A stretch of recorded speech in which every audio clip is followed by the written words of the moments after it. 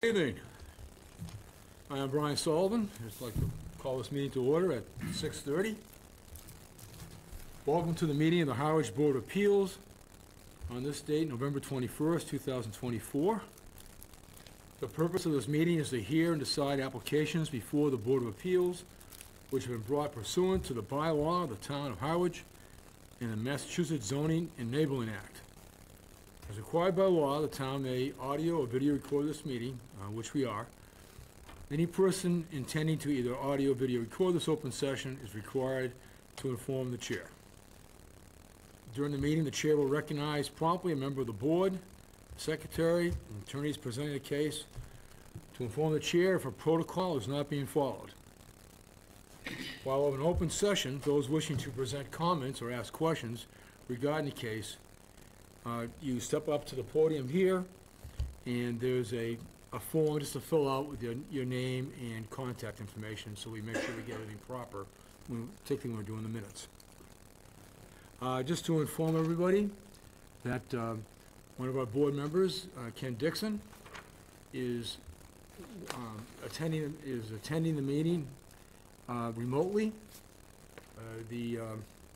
This is authorized as long as the board has a quorum, which is actually, a quorum is 3, including the chair. A member is allowed to participate remotely, which we are doing tonight. I'd like to ask each board member to identify themselves, starting with Ken. Kenneth Dixon. John August. Brian Sullivan. Alexander Donahue. Chris Murphy. Okay. I'd like to have the clerk call, Al, the first case. Case number 2024-31, J&S Cape Housing LLC, through the attorney Andrew L. Singer, Esquire. The owner of the property located at 98 Route 28, assessors map 10, parcel W5-7 in the CH1, West Harwich DCP zoning district.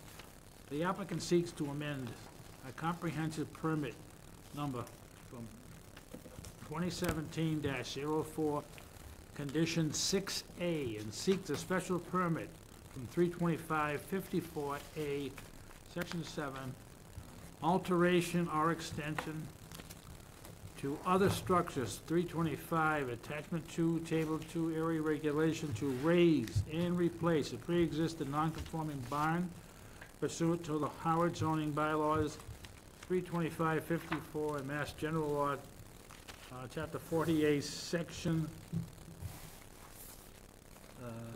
48, yeah. Okay.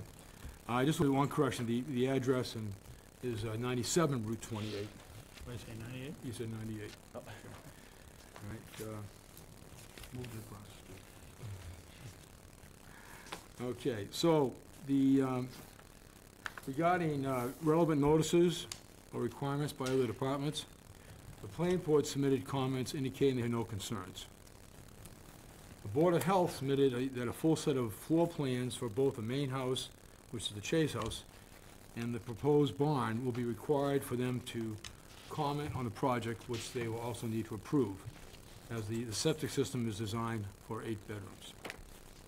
The Conservation Department sent in a statement that 97 Route 28 is partially in the AE flood zone. Any work to be done within the AE flood zone will require a permit from the Conservation.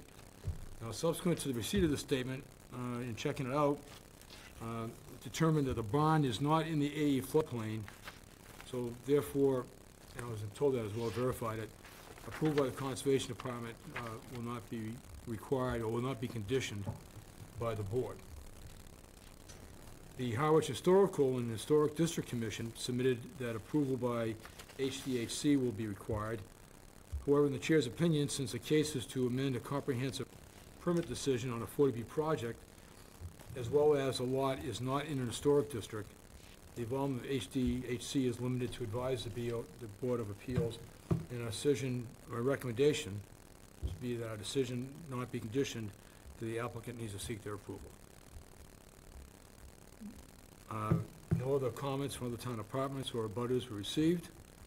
And I'd like to ask the applicant to, the representative, introduce themselves and discuss, and identify any persons assisting in the presentation of the case. Thank you. Good evening. For the record, my name is Andrew Singer, attorney in Dennisport, on behalf of the applicant. With me at the side of the room over there is Sam Speakman, who is one of the property owners, and also Trevor Meyer, who is the gentleman who prepared the affidavit on the condition of the barn that I submitted with the application. We appreciate your time this evening. It is a little bit of a, as you read, a little bit of a dual request because of the nature of how this lot was created. So this lot, 97 Main Route 28, is Lot 7 on the plan that was created for the comprehensive permit for the housing and back in 2017. I looked at the decision again, and it looks like Al was the only one who was here today who was on that project way back when. This is one of the market rate lots, and it is the lot that has the Judah Eldridge Chase house and the barn on it. And we have submitted you the site, an up-to-date site plan showing the layout. Under the comprehensive permit, the barn was to be converted to another unit, another housing unit, with a condition that there would be no change to the footprint and no change in the number, and it was limited in number of bedrooms. That was approved back in 2017. After that, the property just sort of didn't go the front property, this piece, didn't really go anywhere for a long time. Then COVID came in, and then we had some issues with the state. The current owners purchased the property only about a couple years ago. So they came into this situation buying what's on the ground today. And they had reached out to my office. I had been working with the state on a historic preservation restriction, which is, there was the condition in the comprehensive permit that the house and the barn be placed under a historic preservation restriction. So I negotiated with them. Sam took, it was like 45 photographs for the file that are up on file with the state. Everything they wanted, we were working it through. There was then, as I noted, there was about a year and a half pause. The state stopped, the state was not approving historic preservation restrictions down in Barnstable County for a while. I think there was something to do with a disagreement with the Registry of Deeds over recording. I don't know exactly what it was, but it cleared up earlier this year. And we were just about to finish the document when the condition of the barn reached more than a terminal condition. And so I paused with the state and reached out to the town, and that's what led to us to be here tonight. When the comprehensive permit was issued back in 2017, the barn was uninhabitable. It was in bad shape then. If you remember from driving by way back then, it might still be on the property. There was a big red X on the property, which was apparently the first one in town, according to Sam, which indicated that to the fire department that if there ever was a fire, there was no one living in the structure and not to go in because it wasn't suitable for access. Since that time, unfortunately, and most of this was before the current owner purchased the property, it was getting worse and worse and worse. As I noted, they purchased it within the last couple of years. We started working with the state on it, and the structure continued to fail. And we have an affidavit from Mr. Meyer in the file attesting to the condition of the building and the fact that it's really, at this point, it's beyond salvage and certainly not able to be converted into the housing unit, which is what was intended in the comprehensive permit. So we're here. I discussed this with the state, the contact I was talking to, so he knows we're here. And I met with town staff as well. Because it was a condition in your original comprehensive permit decision, the state said, look, you got to come back here because something has to happen. He can't approve a conservation restriction, a historic preservation restriction on a structure that's going to be replaced without permission, saying from you guys saying it's okay. So the house itself, from a historic point of view, is in good shape. As I said, all those photographs were taken, they've documented it, and so Sam has been in the process of trying to clean up the property, and they'd like to finalize that historic preservation on the house with the state. What we're here for tonight is, the request is we'd like to replace the barn. It's failing, we'd like to replace it in kind, on the same footprint with the plans that we submitted. The revised plans that I submitted, we had an error on where we showed the bulkhead. So we corrected that, and I got those to you over a week ago to Rachel, and she distributed them. In order to do that, in order to replace the barn, we need two things from this board, if you're so willing. One is to amend that condition of the comprehensive permit that requires, it's condition 1A6. That's the condition that talks about the historic preservation restriction being on both structures. So we're asking you for permission to amend the comprehensive permit decision to revise that condition to only require the Judah Baker Chase house to be placed under the HPR. And then, because this is a pre-existing non-conforming site with setbacks, in talking to the former building commissioner and the planner, it was felt that even though it was a comprehensive permit, it probably needs a special permit to alter, extend, or change a pre-existing non-conforming structure. So I put that in the application as well, so that both of them are before you. In reference to the Harwich Historical Commission's comments, because it was a comprehensive permit originally, that was part of the comprehensive permit decision, so separate review wasn't required then. But certainly, Sam is going to be working with the building department and whoever, health department, whatever needs to be done. They'd like to be able to move the dime on this, get the barn replaced, put the unit in there that was authorized by the comprehensive permit, and then continue cleaning up the property. I did put in my summary that I submitted to you the reasons why I believe that the request is not substantially more detrimental than the non-conforming conditions that are on the site, and why I think the legal standard under the comprehensive permit, again, this is a market rate unit under that decision, why I think those are satisfied. I won't go through all of them in detail, short of saying that by approving what we're requesting, that'll allow the goal of the comprehensive permit to allow this other unit. There are 3 units in the Judah Baker Chase house, and there are the requests to, Judah Eldridge Chase, I'm sorry, said the wrong name there. And this would add the 4th unit on that property. It will also let us finish up with the state for the historic preservation restriction on the house. There's going to be no increase in the approved number of bedrooms. The setbacks are staying the same. The building is as shown on the site plan, is staying in the exact same location. The only change is the bulkhead to get into the basement.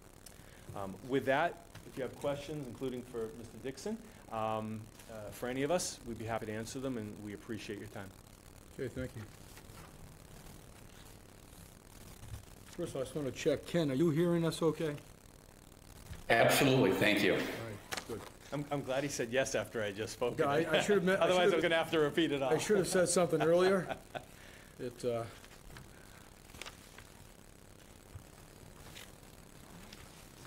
All right, so once, what is the time frame for, you see on the barn? For doing the work? Yes. With approvals, when would you want to start the work? As soon as all the approvals are in hand. How long do you think it's gonna take for the Historic Commission, state, and, Mass, MHC to give you the go-ahead? We were if the barn is released from that condition, as we've requested, the house was ready to go. The document was negotiated. We went back and forth. So I think very quickly, for the historic preservation restriction on the Chase house, because we were there. We've been going back and forth for about a year, but we were, everything they had requested, we had in the document. So I'd like to think pretty quickly. Just make sure that you've got the information, when I was going through the 40B files and so forth, I came across an undated, but I'm sure it's back to 2017, an undated memo or a letter from Michael Sinitz, Deputy State Historic Preservation Officer. He's the gentleman I've been dealing with. Oh, okay. he said, ultimately, the historic Judith Case House was granted money by the Board of Selectmen to have an historic preservation restriction put on the house. Has that been done? Has that been done? That's what I'm talking, that's what I'm talking about. That's the document I'm talking about, Right. yes. So then, after that gets completed, then the Board of Selectmen will be requested to honor the money grant? I'm not familiar with that. Just let you know, that's, Yeah, I'll, maybe Rachel can send me a copy of that. you can have this copy if you want. I don't need it afterwards, but if there's some funds available for you guys to accomplish your goal, just want to make sure make you aware of it. No, thank you. No, I appreciate that, and we'll certainly follow up with them. No kickback is required, just want you to know that's fine. All right. So I'm in favor of, I will be in favor of this, your relief, but I just want to talk about a few things which this board does not have any authorization over, that, if I could condition our approval tonight, I would on these things, but, regarding the Chase House, apparently, right now, it's fully rented out, is that correct? Correct, it has been since, Okay. I think before they purchased it.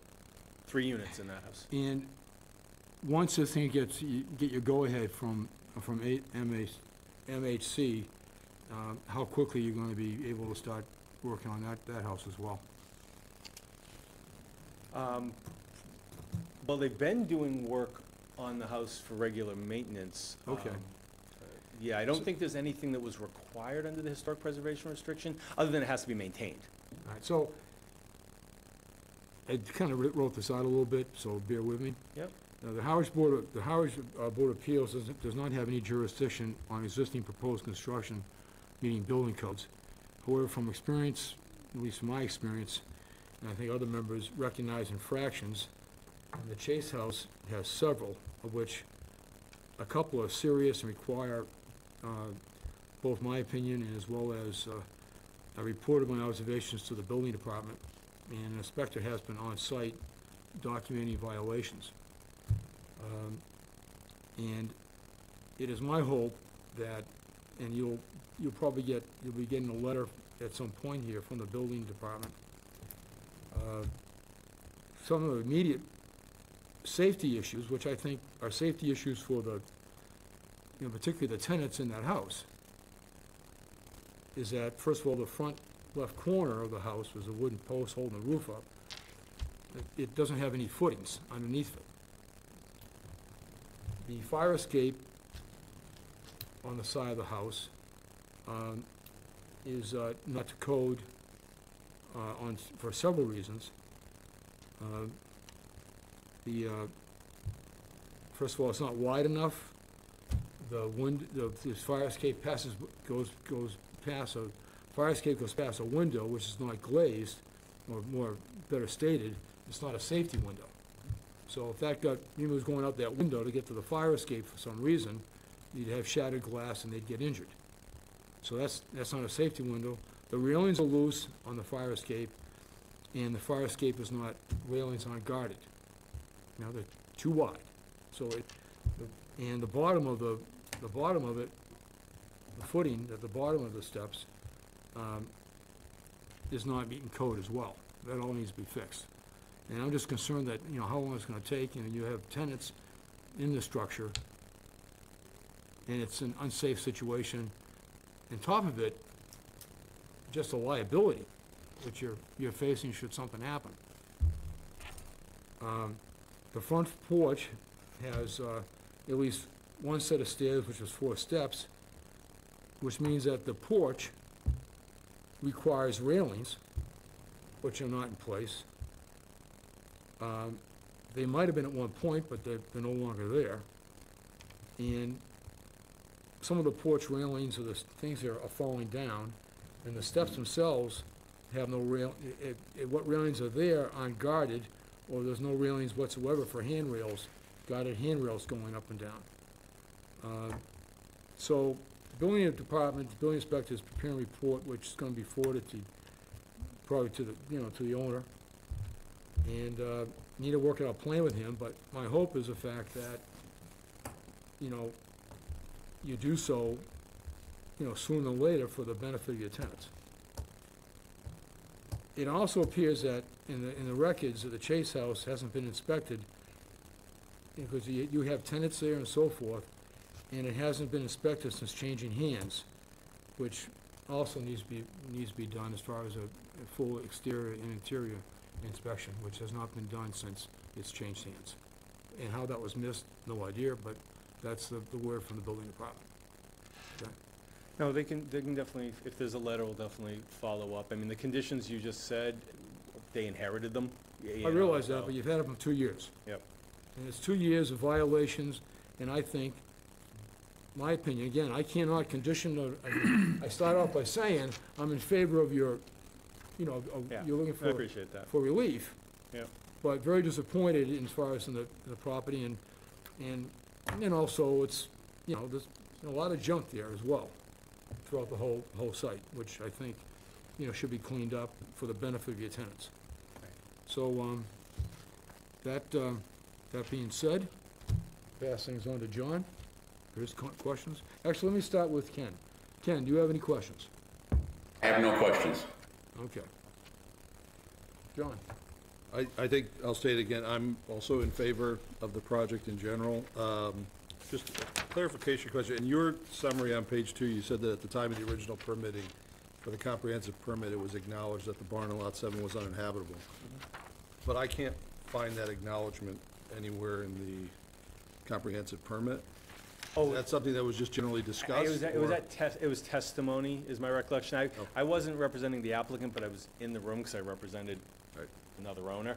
And I believe it was just discussed. Right. You're right, it's not specifically in Yeah, the so I think when decision. we get to the statement of facts or whatever, That X was on the This is- building during the hearings, though.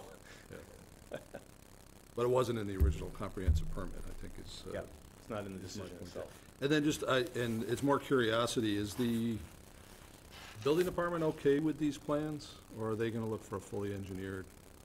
Oh, these are just zoning plans. There'll be construction documents so they'll when the be- building permit is submitted. Okay, Yes, yeah.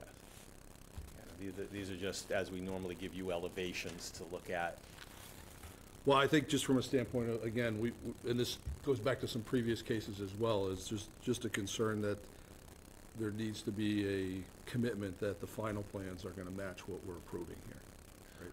Oh. Because Absolutely. these are clearly drafts, right? Yeah, well, they're the sketch plans, you know, from the, you know, for this. But no, absolutely, there will be, you know, full construction Yeah, plans. they're not Which are gonna for match construct- Yeah, these. these aren't plans for construction. Oh, no, they weren't intended to be. Yep. You know, because I believe you're gonna abide by keeping the exact footprint you have now. Correct, it's the same footprint, but it's gonna be on a foundation with the bulkhead. But yeah, it's the same footprint, and it was kept as the same orientation. So that's the reason why we gave you the revised plans, because the original plans were misoriented. You know, so the building is gonna stay as it is, narrow side to the street to match, because again, that was part of that was the original condition. Not asking to change any of those. Are you gonna be able to maintain all your construction vehicles and materials on site? I assume that's gonna be a condition. The answer is yes. Okay. No further questions. Val?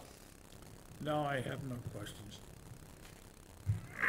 Yeah, going by the site, clearly it's not habitable. I mean, the whole backside looks like it's made to blow out. Question I have though, and since it's coming from a pre-existing permit, replacing a barn with a habitable space, isn't that generally require a variance? And it might be this permit It doesn't. overrides that. It doesn't because it was approved with habitable space in the 40B. Correct. So that might That's- over, So that's already done, so even though we're replacing the building, that's, having habitable space there has already been approved. okay. I don't believe we have to. So we're staying within the permit, just changing the requirements. Right. Okay. I have no questions. Yeah, the only change that we're actually asking is to just take the words "and barn," really, out of condition 1A6. Okay. Because then it just, and then approve the barn being Yeah, replaced. I think but it was under A5 that it's approved one A5? building of 732 square feet. It has to, with a stay maximum right, had one to unit. stay there. We're not asking to change. Total 2 bedrooms that and 1 bath. condition. And also it's saying it's approving one building, Right. but it doesn't say approving the existing building. Right. Correct.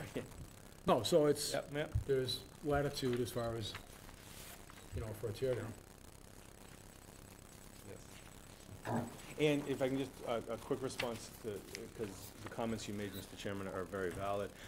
There have been some tenant issues at the property where it's been cleaned and then some issues are happening on the outside. So the owner is well aware of that and has been trying to work with that.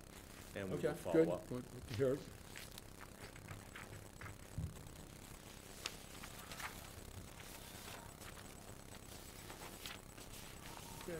Actually, I just, off the top of my head, you guys are aware that that section of Route 28 is going to be totally renovated in the next 2 years? With sidewalks and everything else?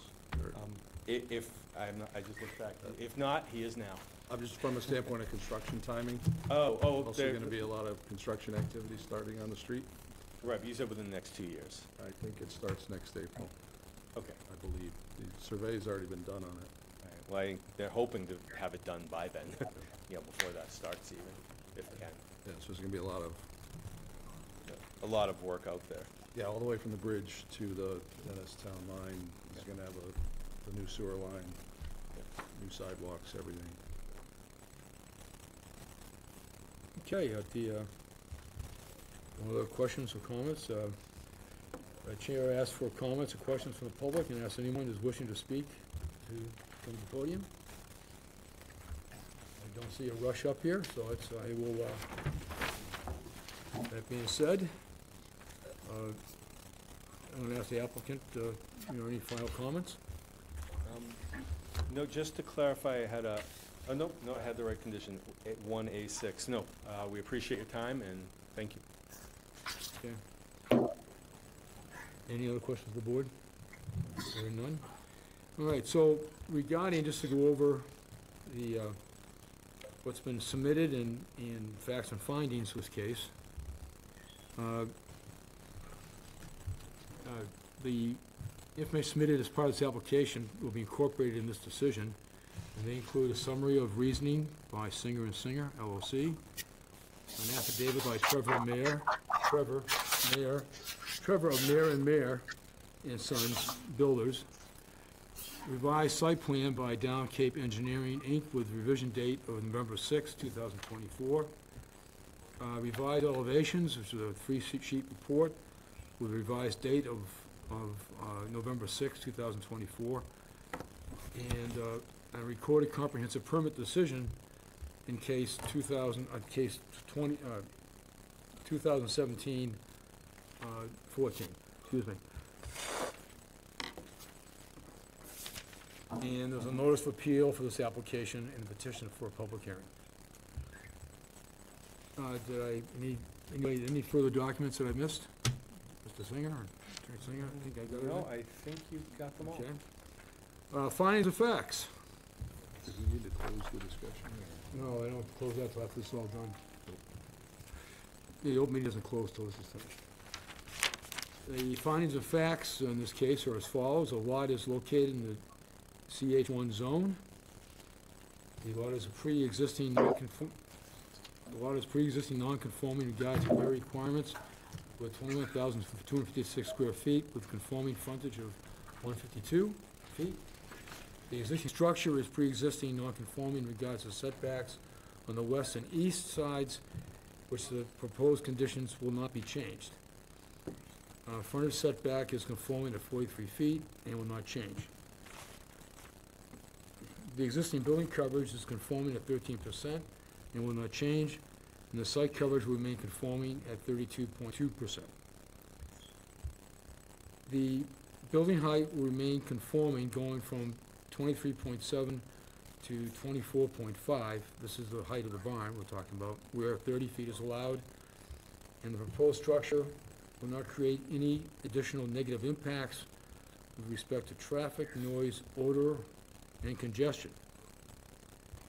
I'd like to have any discussion by the applicant of the board that all the findings and facts are been reviewed. Any Okay. Just one, you had mentioned that the site coverage would be 32.2, and on the plan it says 32.3. Just looking at the Okay. site plan, just very Yeah, technical. I was going by the application. Yeah, it might have, The application says 32.3. It does, okay, so I made a mistake. 32.3%. It is changed. Thank you.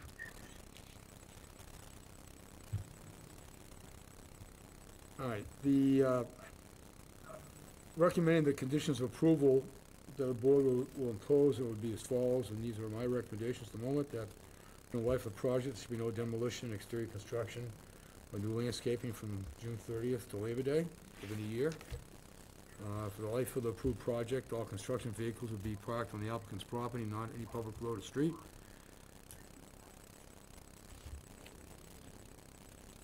It's subject to review and approval by the Harwich Board of Health. And a violation in terms of the condition of special permit will be enforced on the violation of Harwich zoning bylaws, and so forth. Let me just see this for a second, in case we can get to this one minute.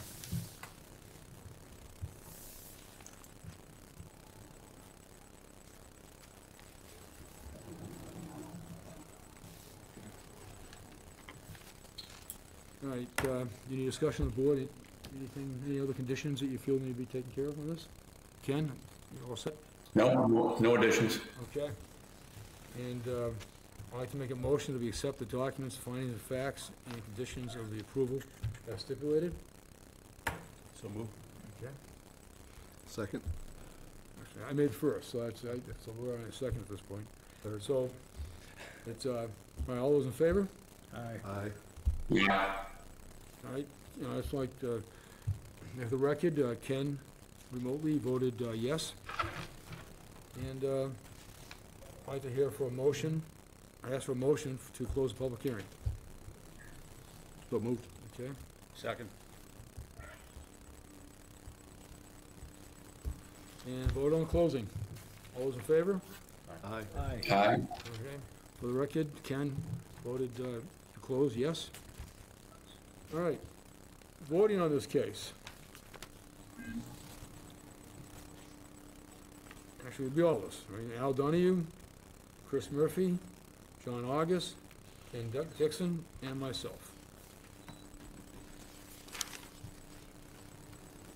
And the chair will now entertain a motion to close discussion. So moved. Hey, John, can I have a second? Who was that, Chris or? Chris. Okay, Chris, okay. Vote on the motion to close discussion. All those in favor? Aye. Aye. Okay.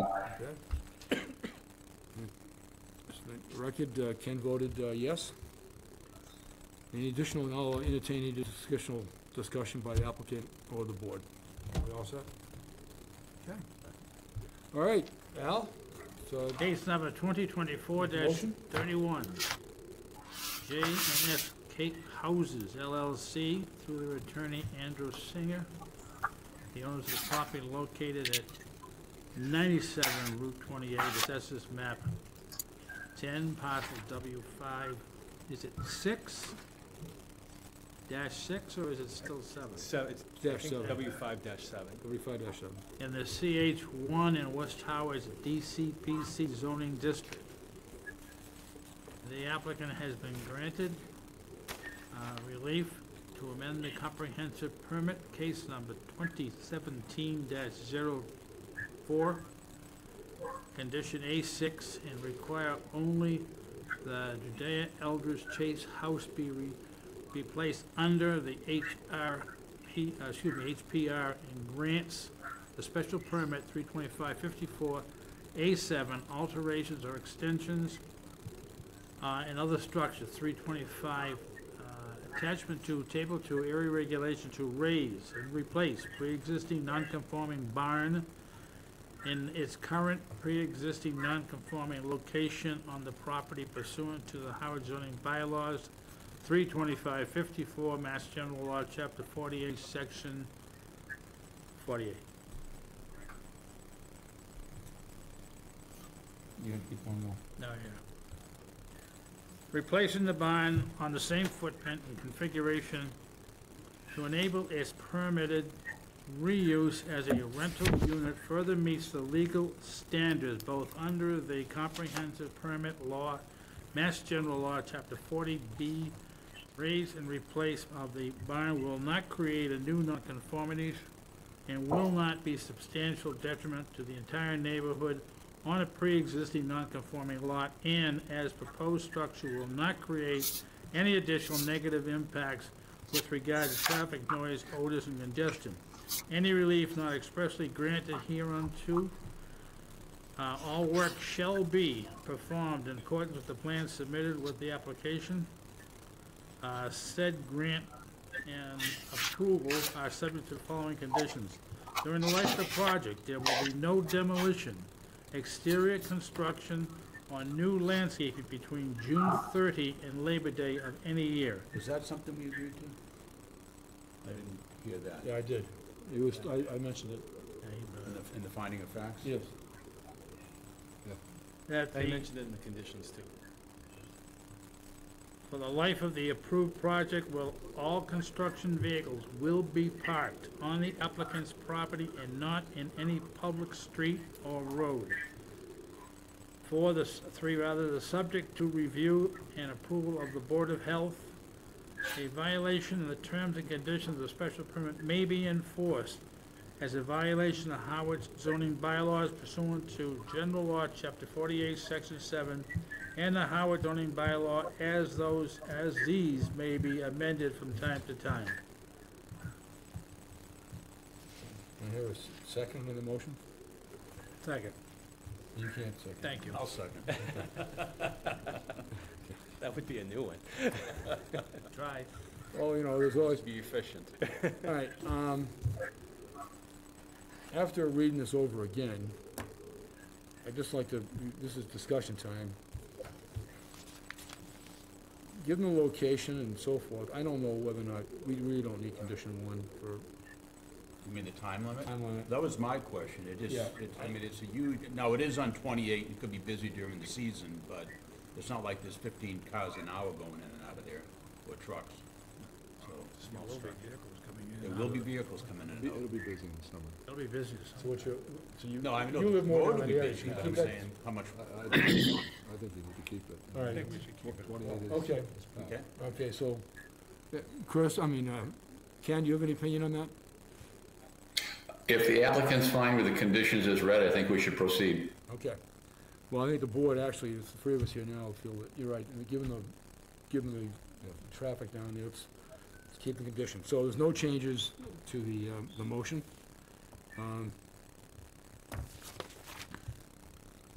So, given no further discussion, we'll vote on the motion. All those in favor? Say Aye. Aye. Aye. All right, for the record, Ken remotely voted yes, so the decision is approved, 5-0. You have your relief. Thank you very much. We appreciate your And, time. Attorney Singer, I'll have, given the complexity of it and so forth, I'll have a copy before this decision is filed. I'll send you a draft. Be Let's happy to go look over at it, to take a look at it, just make sure we haven't missed anything that was discussed during the meeting. Okay? Thank you very much. Mr. Chairman, Yes, a question. Do we also have to approve was it part of the motion as read to remove the barn from that historic commission? yes, It was read. it was Okay. read. Thank you.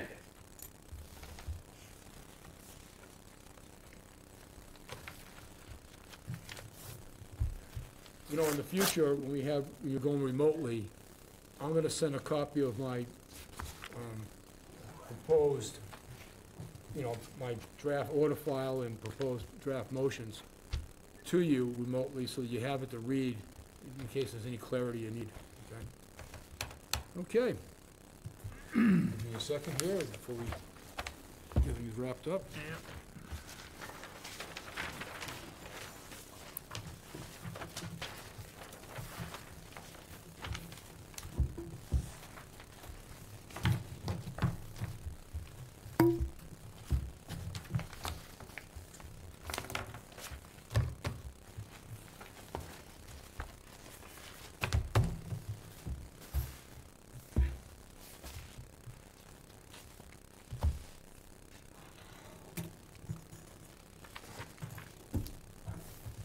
Okay.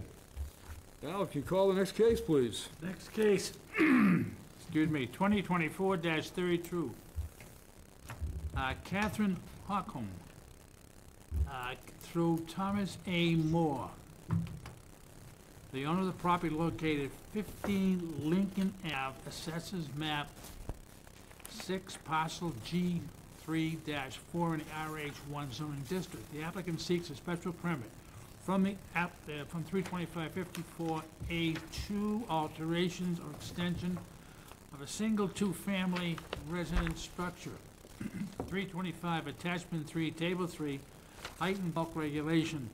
And 325, attachment 2, table 2, area regulation to construct 2 additions on a pre-existing non-conforming single-family dwelling to the Harwich zoning bylaws 325-54 and Mass General Law, Chapter 48, Section 6. All right, the Health Director and Planning Director submitted comments indicating they had no concerns. There's been no other comments submitted by the butters or town departments. Okay, I'd like to ask the applicant representative to introduce themselves and anyone help assist you in your presentation. Good evening, Thomas Moore from Thomas Moore Design Company, representing Catherine Hockham at 15 Lincoln Ave. Her father, Richard Santos, is here in the audience, and one of the neighbors is also. We're requesting a special permit for 2 small additions to this particular house. The 2 additions are kind of attached to the garage. One, we're creating a new vestibule entryway into the kitchen, so people don't come from the driveway directly into the kitchen. The other is creating a new laundry room and half bath on the back side of the garage.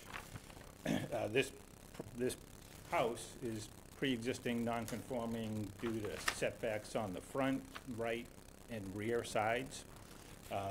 The addition, that's the new vestibule, that will meet setback requirements. The one on the back side of the garage, there's a slight increase in the setback. The existing setback's 12.2 feet. The back corner of this little addition will be 12 feet, 12.0 feet. So there's just a 2/10 of a foot encroachment into the property line a little bit, not much, because we just stayed on the same straight line as the garage. The other piece of this, as far as the property, the size of the lot is non-conforming in that 40,000 square feet is required. This lot only has just a little under 9,000 square feet. Feel that this project is not going to be substantially more detrimental to the neighborhood itself. It's a pretty simple project. I'd be happy to answer any questions that you might have. Okay, well, thank you. Okay, and ask board members for their, have any questions and comments, starting with Ken? I'm just looking at the application as submitted where it talks about site coverage from 325.2. It's stating that the required, which would be maximum, is 35%. I believe it's 30%. On our last application, by the way, that number, they put in 70%. So I would like a clarification, Mr. Chairman. Is our site coverage, is it a 30% limit under 35-2? It depends on the zone. Yeah, the zoning, like the last zoning area, the zone district that 97 Route 28 was on was 70%. RH1 is 35. 30, right. Okay, so we have, This is an RH1. Yeah. So then it's correct, John? Yeah, All right. 30% building coverage, 35% site. There is a slight increase in the site coverage here. It's already non-conforming there also at 40.1%. The proposed would be 41.8, so. right, like but it's a pre-existing nonconformity. Correct, right. But good question, Ken. All right. That was my only observation. No other questions. Okay. Chris? I have no questions. No, I have no questions either. I was gonna say, by the way, that 70% was correct on the last one too. For that zone. Yep. John, you have any questions? I don't have any questions, I just, in full disclosure, I don't think it affects my judgment at all, but I have used Mr. Moore as, to design a project that I have pending, and intend to use him for another project that I will soon have pending, but that in no way affects my decision-making. Well, we'll be the judge of that, John. I Yep. mean, we'll, Given that there's only 5 of us and we're all gonna vote, I don't think there's a need to exclude myself. okay. Timeframe for construction? I'm not sure, Richard, are they trying to start as soon as you can, or? Yeah, that's, So your builder ready to go and you'd be able to? yeah, you got the, yeah. All right. Yep. Okay.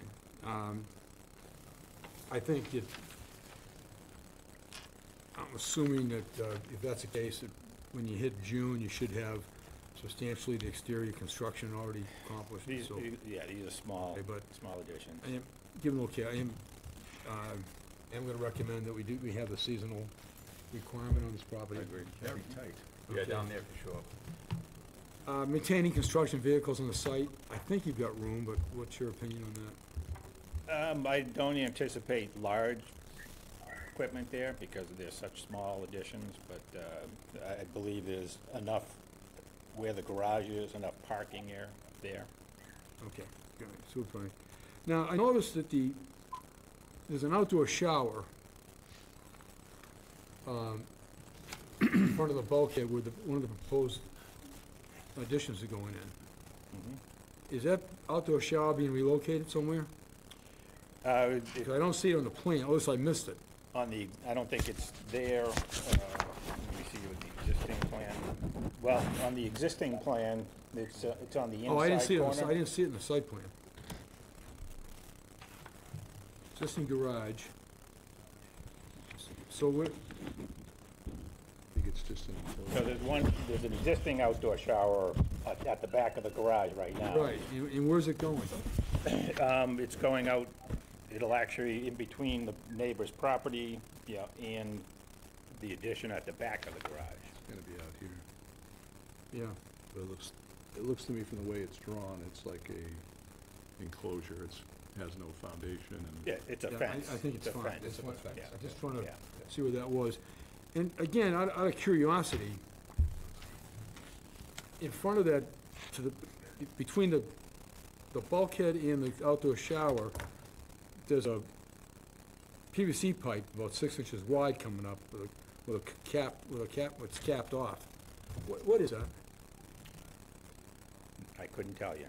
I suspect that it could possibly be something, you know, as far as it's somehow attached to the septic system, because the septic system goes out the back, and it might be a clean out. Clean out. Yeah. Okay. I suspect, as Because looking where at, this is going, it looks like it's gonna interfere with that current piping, just, you know, just, all right. Yeah. I just saw it, I just was kinda wondering. yeah. Nothing's But being that's- conditioned about this whole thing, I just wasn't quite sure what it was. Yeah, I can see the dotted line and the outline of the septic system on the site plan, and Yep. it's coming from that back corner, so, yeah, they'll be Probably they'll be okay. cutting that pipe Okay. and reinstalling it. I hadn't seen a cleanout like that in a septic system.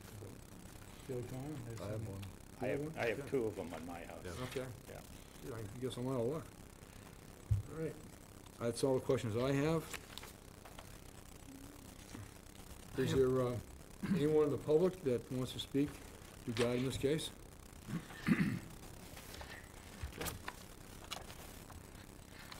Hearing none, I'll, any additional questions by the board?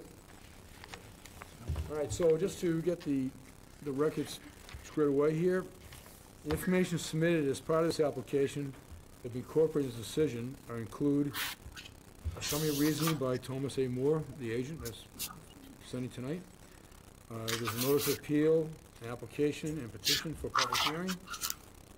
The existing proposed conditions plot plan by Warren Engineering, dated October 15th, 2024. In addition, renovation floor plan by Thomas A. Moore Design, dated October 16th, 24. And I think that's, any other documents I'm unaware of? Okay. Findings of facts. The lot is a corner lot located at RH-1 zone.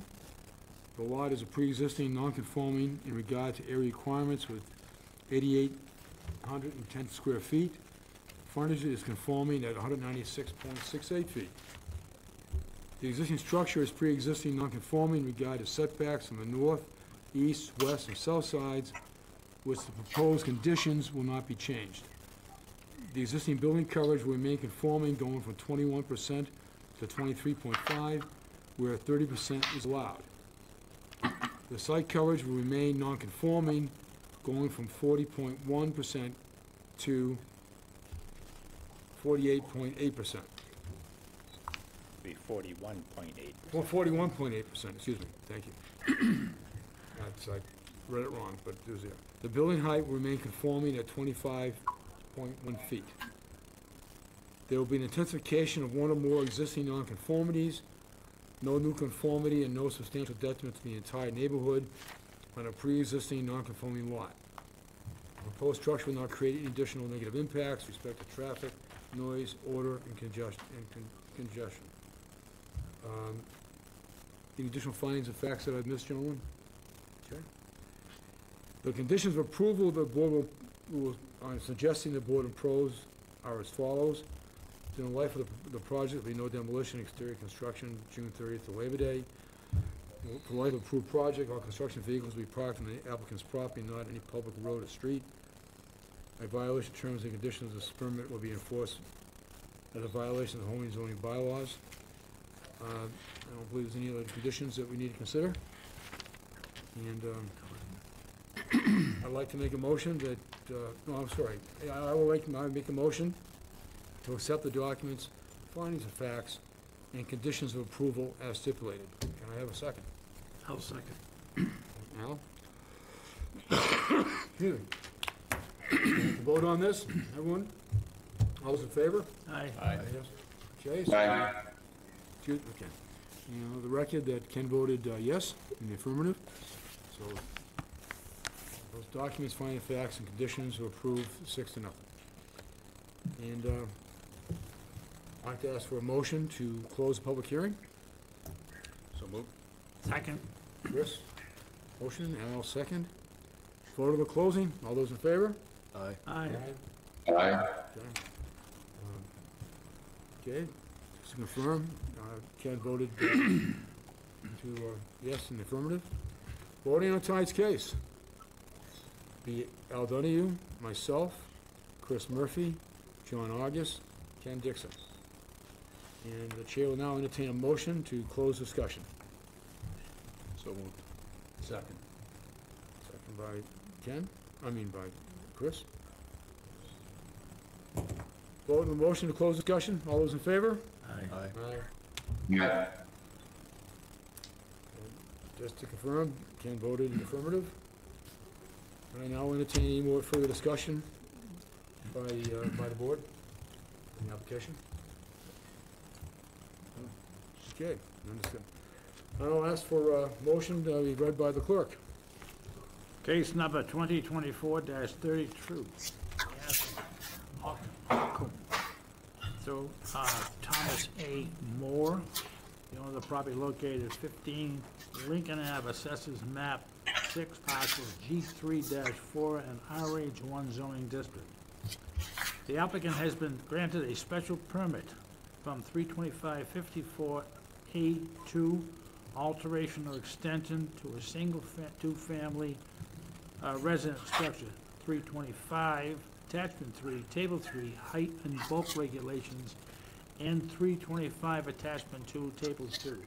Area regulations to construct 2 additions on a pre-existing non-conforming single-family dwelling pursuant to the Harwich zoning bylaws, 325-54, Mass General Law, Chapter 40A, Section 6.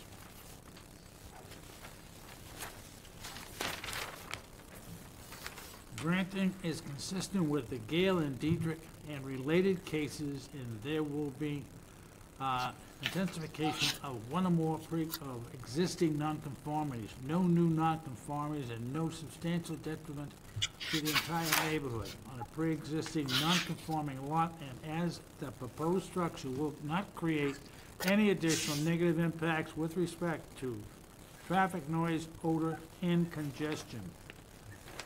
Any relief not expressly granted hereunder is hereby denied, and all work shall be performed in accordance with the plan submitted with this application. Said grant and approval are subject to the following conditions. During the life of the project, there will be no demolition, exterior construction, or new landscaping between June 30 and Labor Day of any year. 2, that for the life of the approved project, all construction vehicles shall be or will be parked on the applicant's property and not on a public street or road. And 3, violation of the terms and conditions of the special permit may be enforced as a violation of Harwich zoning bylaws pursuant to General Law, Chapter 48, Section 7, and the Harwich zoning bylaws as these may be amended from time to time. May I have a second on this motion? Second. Okay, Chris? Any further discussion by the board? Advisor, okay. All right, I'd like to vote on the motion. All those in favor? Aye. Aye. Aye. I'd like to just point out that Ken voted remotely in the affirmative. Thank you So very much. you approve? Thank Okay, you. go forward.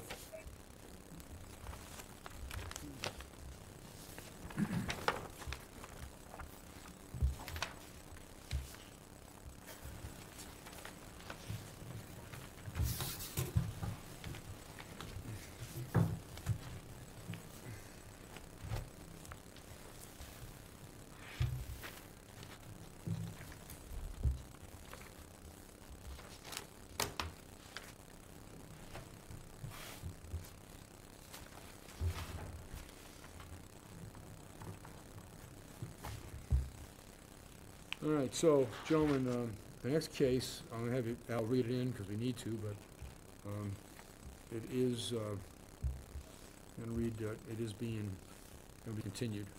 So, go forward and read the case out. All right, case number 2024-33, Leo V. Colburn, through his attorney, William D. Kroll Esquire and Michael G. Donovan Esquire. The owner of the property located at 28 Spinnaker Lane, assessors map 16, parcel C4-5 in the RL zoning district. The applicant seeks a special permit or an alternative, a variance 32554 A1 and 2, alteration or extension to a single two-family residential structure of 325, attachment 3, table 3, height and bulk regulations to construct 2 additions and add additional driveway to a pre-existing non-conforming single-family dwelling pursuant to the Harwich zoning bylaws 325-54 and 52 in Mass General, Chapter 40A, Sections 10 and 6. The planning director submitted comments indicating the planning board had no concern. The health department commented that the setting is considered a bedroom. Sitting is considered a bedroom for 5 bedrooms total. Basement rooms shall not be used for sleeping and no egress. Should egress be added, a window, the space will then meet the definition of a bedroom, and further septic expansion shall be required. 2 additional test holes and 1 addition must be completed for the septic expansion. A licensed septic installer must apply for the disposal system construction permit prior to the building permit sign off. No other comments from other departments or abutters were received. Okay. So, I received a request for continuance, and I'm just gonna read this, and we will make a motion that, afterwards. I, William D. Kroll of Kroll and Donovan Law, LLC attorney, representative for the petitioner in the above matter, which is case number 2024-33, address 28 Spinnaker Lane. Hereby agree that the time for holding a public hearing and rendering a decision in the above matter may be extended up through and including the date, which is 108 days after the date of agreement was assented to by the board, and by these presents hereby waive the time limits for the same provided in MGL Chapter 40A. This is submitted and signed by William Kroll, attorney representing the petitioner. I'd just like to make a motion that the chair, the board approve this request for continuance. Any discussion? All right. All those in favor of granting? I'll second it.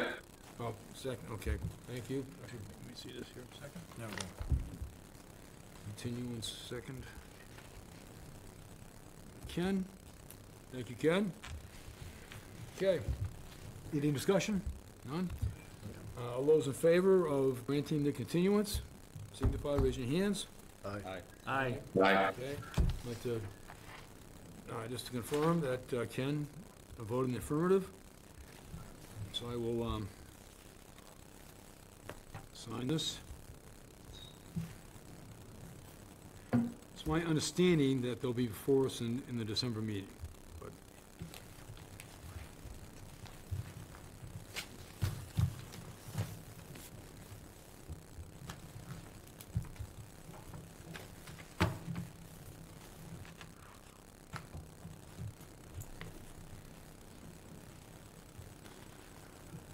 Actually, I probably read this out as well, you know, we just voted on it, but, so please advise the property owners revising the building plans, survey plot to remove the proposed bedroom addition to the rear of the existing dwelling. Okay, so that's what they're planning on doing.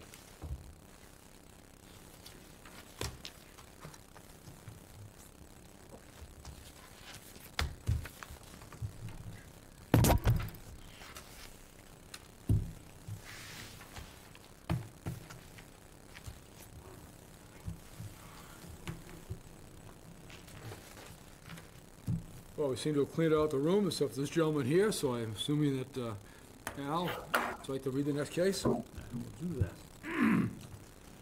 All right, case number 2024-34, Barry Werschel, through Welber Olivia, 55 Erie Street, Unit 4601, Chicago, Illinois. Owner of the property located at 1 Mill Pond Road, Assessors Map 111, parcel G1-9 in the RR zoning district. The applicant seeks a special permit from the 325-54 non-conforming structures and uses 325 attachment 2, table 2, area regulation to demolish, rebuild, and expand attached deck on the pre-existing non-conforming single-family dwelling pursuant to the Harwich zoning bylaws of 325-54, the Mass General Law, Chapter 48, Section 6. The planning director, health director submitted comments indicating the planning and health department had no concerns. No other comments from the other town departments or abutters were received.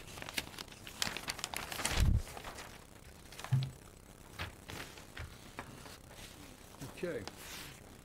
Hold on a second here.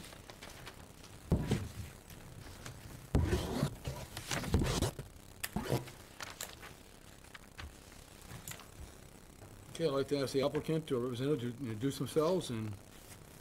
Hi, good evening. How you I'm doing? Valdo Oliveira, I represent the Belly, and even on 1 Mill Pond Road.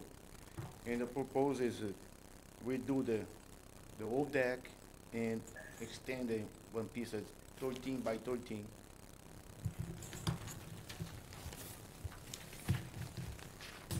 Okay.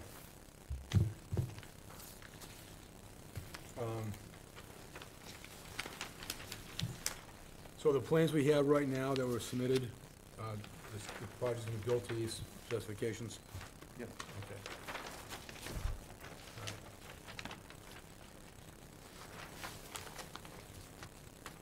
Any additional comments regarding the application? Okay. No. All right, so, any questions, starting with Ken, for the gentleman? No, no questions. Chris? No questions.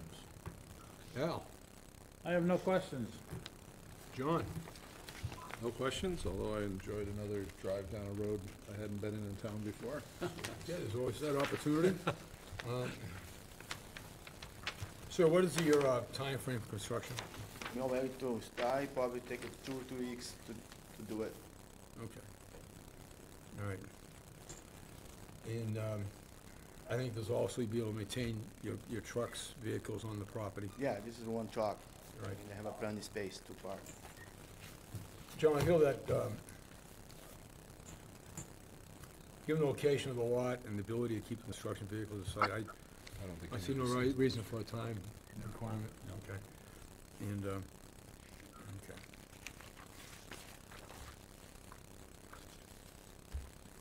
Well, there is no one in the public that wants to speak to this. And so let's just go through what we have to this application for documentation and the submittals, as well as we did receive a summary of reasoning. We also the notice of appeal application for petition for a public hearing. We have a building location plan by Weller and Associates dated August 14th, 2024. We have a framing plan in typical details planned by Cape Architecture dated June 25th, 2024. I believe that that is all the documents we received. And on findings of facts, the lot is located in the RR zoning district. The lot is a pre-existing non-conforming in lot size with 14,810 square feet. Frontage is also non-conforming at 40 feet. The existing dwelling setbacks are non-conforming regarding the north with a front setback at 16.1 feet and the east side setback of 17 feet, and those will not change. The setbacks are conforming regarding the south and west side setbacks and will not change. The existing building coverage is conforming and will remain conforming at 11.6, where 15% is allowed. The site coverage will remain non-conforming, going from 30.64%, where 30% is maximum, going to 32.97%.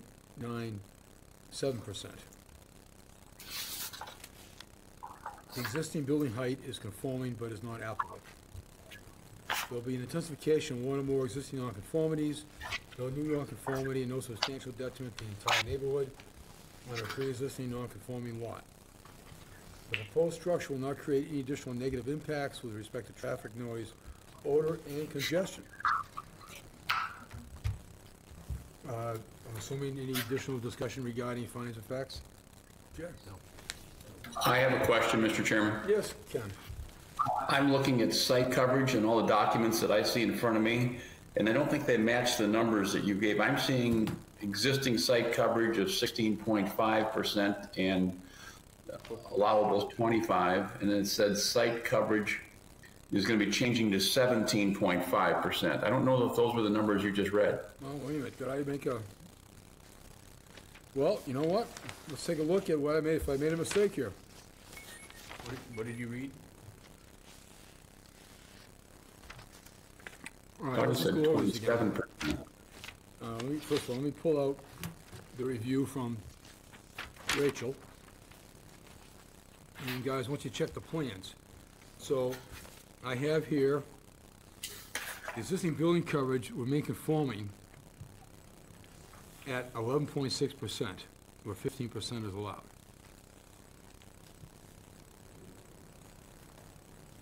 Correct. Okay, that's fine. The site coverage will remain non-conforming.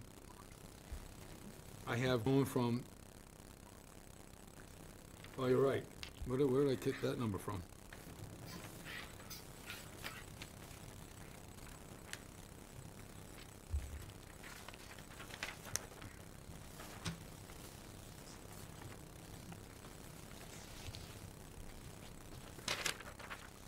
All right, thank you, Ken. So the site coverage at 16.5%, where 25% is the maximum, going to 17.5%. We all in agreement? Yes. Yes. Yes. Okay. Thank you, Ken. Good catch.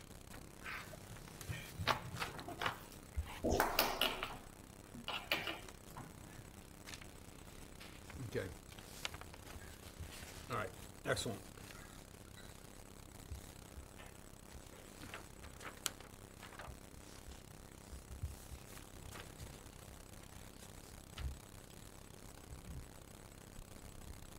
Okay, on conditions of approval, I'm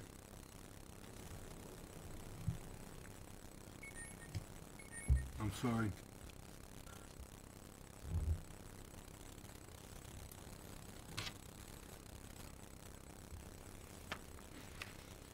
Okay. Al, we don't need to get into this, we don't need. I won't. Okay. The only condition looking at here is the fact that violation terms of the conditions of special permit will be enforced by violation of the Harwich zoning bylaw. Anybody have any other conditions? Believe so? Okay. All right. I'd like to make a motion to accept the documents, the revised findings of facts, and conditions of approval as stipulated. Second? Al, would you second? Okay. All those in favor? Aye. Aye. Okay. Record, Ken voted in the affirmative. And I'd like to have a motion to close the public hearing. So moved. Second. Al and Chris second. All those in favor of closing the hearing? Aye. Okay. Approved, and Ken voted in the affirmative. According to tonight's case, it'll be five of us: Al, Chris Murphy, John Dixon, John August, Nope. excuse me, Ken Dixon, and myself, Brian Sullivan. I'd like to entertain a motion to close discussion. So moved. Okay. And a second? Second. Vote, motion to close discussion. All those in favor? Aye. Aye. Aye. Okay. Approved, 6-0. Record, Ken voted in the affirmative. 5-0. I mean, 5-0, excuse me. God, I'm going 5-0 all the way. They revised this. Okay. Any further discussion by the applicant? No, set, okay. And, Al, if you read a motion, appreciate this. All right, case number 2024-34, Barry Werschel, care of Walber Olivia of 55 East Erie Street, Unit 4601, Chicago, Illinois. Owners of property located at 1 Mill Pond Road, Assessors Map 111, parcel G1-9 in the RR zoning district. The applicant has been granted a special permit from 32554 non-conforming structures and uses and 325 attachment 2, table 2, area regulation to demolish, rebuild, and expand an attached deck on a pre-existing non-conforming single-family dwelling pursuant to the Harwich zoning bylaws, 32554 Mass General Law, Chapter 48, Section 6. The granting is consistent with the Gale, Diedrich, and related cases, as there may be an intensification of one or more existing nonconformities, no new nonconformities, and no substantial detriment to the neighborhood on a pre-existing nonconforming lot, and as the proposed structure will not create additional negative impacts with respect to traffic, noise, odor, and congestion. Any relief not expressly granted hereunto is hereby denied. All work shall be performed in accordance with the plans submitted with the application. Said grant and approval are subject to the following conditions. There is one condition: a violation of terms and conditions of this special permit may be enforced as a violation of the Harwich zoning bylaws pursuant to the general law of Chapter 48, Section 7, and the Harwich zoning bylaws as these may be amended from time to time. Can I hear a second? Any, Second. Second by Chris. Any further discussion by the board? Okay, I'd like to vote on the motion. All those in favor? Aye. Aye. I'd like to note for record that Ken voted in the affirmative. Okay, you have your, so there's gonna be, after this is gonna get filed at some point next week with the town clerk, then it's, I think it's 30 days after the filing, you can then apply for your building permit. Okay, So at some point, you know, hopefully it gets done, filed. It could possibly not get filed until the first week in December, given next week's, probably, hopefully you get done by Wednesday, but if not, it may be after the following weekend. okay, So by the end of December, so everything should be squared away, you know, but don't bother checking with the town clerk for at least 35 days, okay, okay? And then you can be able to file for a building permit, okay. okay? Thank you. All right, congratulations. Good luck with the project.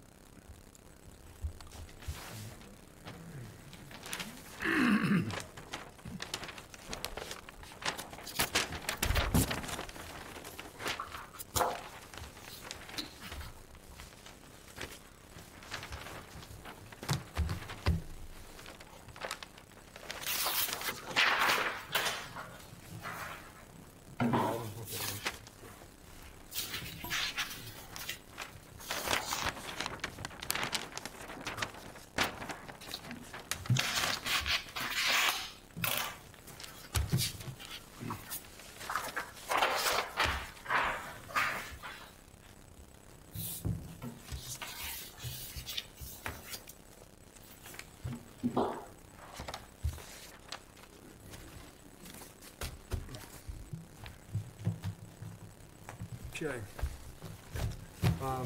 Just want to, Chair just request a brief 5-minute break, okay?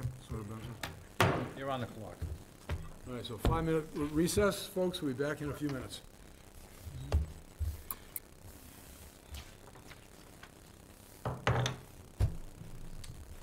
Lost my clip.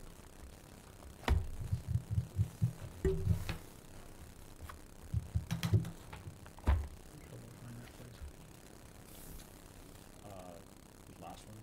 No. Maps and, yeah. A little bit of faith, because I got down there and you have to take that left turn. Yeah. I came off of Long Pond. And I came in and it was like, what's this wide? Yeah. Right. On Mill. That last place, trying to get there, driving down that road. Yeah, well, I got the truck, so. Yeah. You were probably scraping the sides. It wasn't scraping the sides, but it was just, you know, a little confusing, because you hit all the mailboxes, They're going and it kind of splits. Yep. Yeah, And you're like, where's he changed the mailbox? yeah. But, no, once I saw the lot, I'm like, Yeah, exactly. nobody in that neighborhood's gonna care. Yeah, that lot, and that I definitely needed. Yeah, you could see, without even getting out of the car, that one corner close to the driveway is just rotting. Yeah. Yeah, I looked over and I looked at the steps, I go, no, I won't go on the deck. Yeah. Unfortunately, I wasn't able to do all the visits until today, and it was raining, and I Oh, didn't that's get out. lovely. I had already done Google, you know, Earth Street searches, so I didn't get out of the car on any of them. I was like, no, I think I get the gist of it.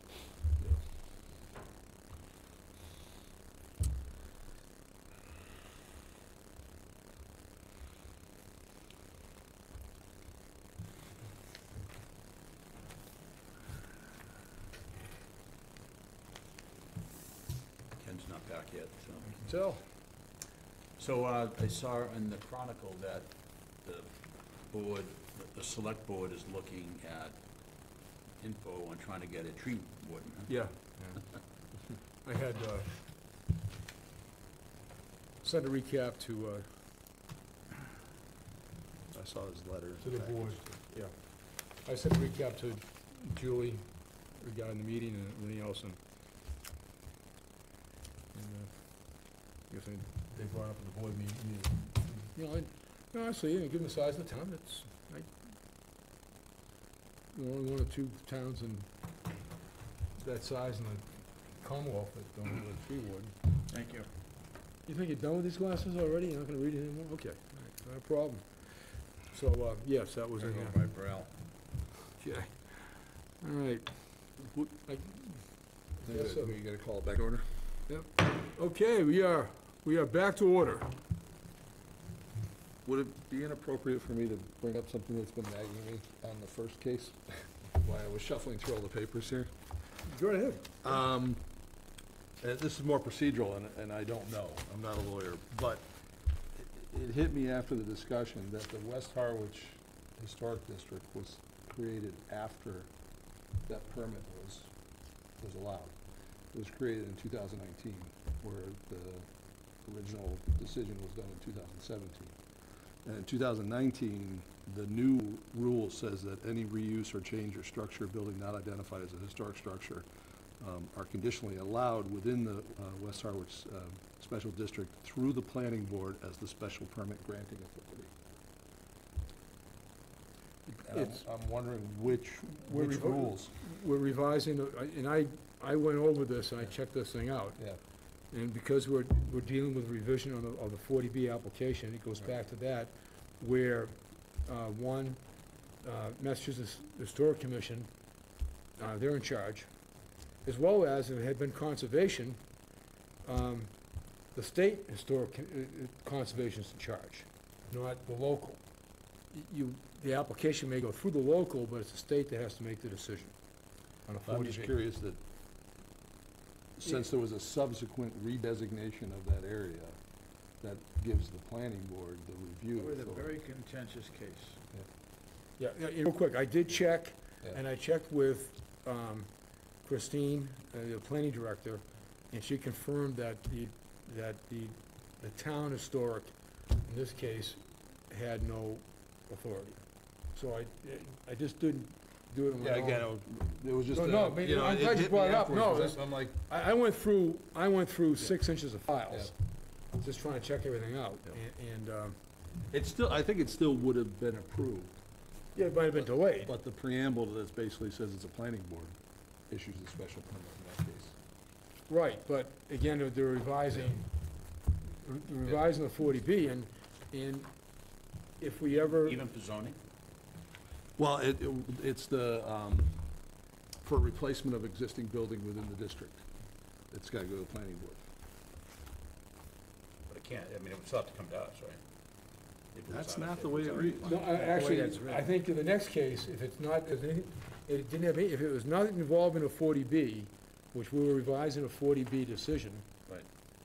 then it would be, as John's outlining here, probably go in front of the planning board. Now, they may have to get approval from the planning board, they may still have to come in front of us regarding setbacks. Yeah, Right. exactly. Well, I mean, we're still gonna see it. Yeah, Right. but I think it'd But have to go to it- the planning board first. Right. Yeah.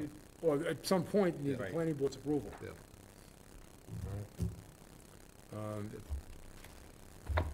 All right, we may find out in a couple of weeks if, half the town departments are appealing this case that we just approved. Yeah. So we'll find out. One interesting on the last case, we're talking about cases, sometimes there's so many rules and regulations, I have to look back up and get reminded as to what the rulings are. And in this last case regarding building coverage,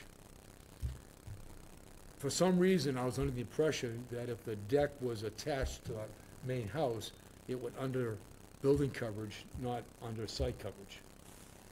And I checked that out, and I was wrong, that since it doesn't have a roof, it's site coverage.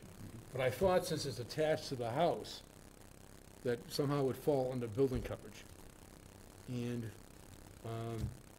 I checked with Rachel, and she got back to me and said, no, it does not have a roof, so it's site coverage, not building coverage. Okay, so I just want to pass that on, that what I learned. Okay, all right, first up on, and we shouldn't be here too long. First up is the review of the minutes from October. I also have a procedural question on that, Okay, I'm not sure, because we just started doing it. I noticed that, Where are you? page 4, but it repeats itself. But, when we vote on closing the public hearing, it's the entire board, Right. right? When we vote to close discussion, we're changing the count to only be the 5 voting members. Wouldn't that still be the entire board? Yes, it would have been, so that should have been 6-0. And that's consistent through all of the votes. Okay, all right. So I need to check that. Make those changes, okay. I wasn't sure since that happened after you had named the voting members. No, I don't name the voting, that happened, Because in the All right. terms, in hold on a second here, let me just go through my routine here.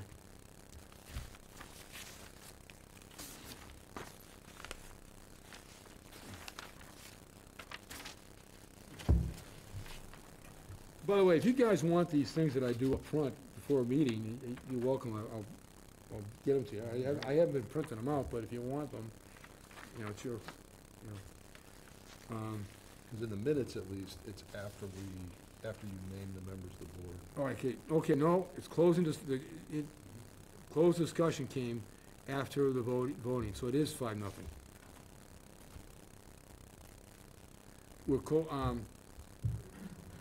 We vote to close discussion.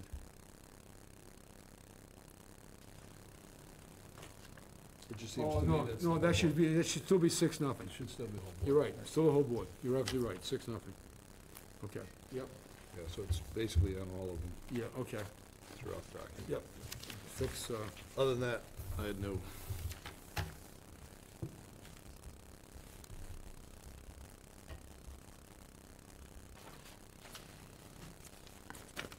Mr. Chairman, I also found a couple of small corrections. sure, On page 7, just above number 5, the vote to re-agenda the to reorder the agenda was actually 5-1, not 6-0. I voted against that. yes, you did, This is not reflected in the minutes. okay. And on page 8, there's just a typo where up in the second paragraph, Mr. Dixon reiterated that the trees, they just misspelled trees. That's just, again, it's just a typo. Okay, that's page where? Page 8, second paragraph. I thought you were talking Fifth about papers word. there. I'm misspelling tress, not trees. Second paragraph. Move, That should be trees, not tress. no. Tree is singular, trusses. T-R-E-E-S, not T-R-E-S-S. Yeah, I'm looking at the second line. No, second paragraph, first line in the second paragraph. Oh, I'm sorry, thank you. That's all. And with those noted changes, I would make a motion that we'd approve the minutes as amended. Second.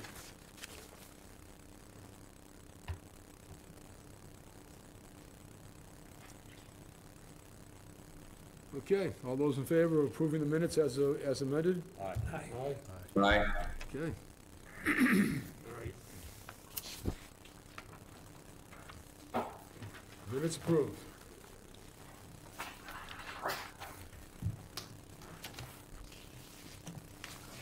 Okay. New business.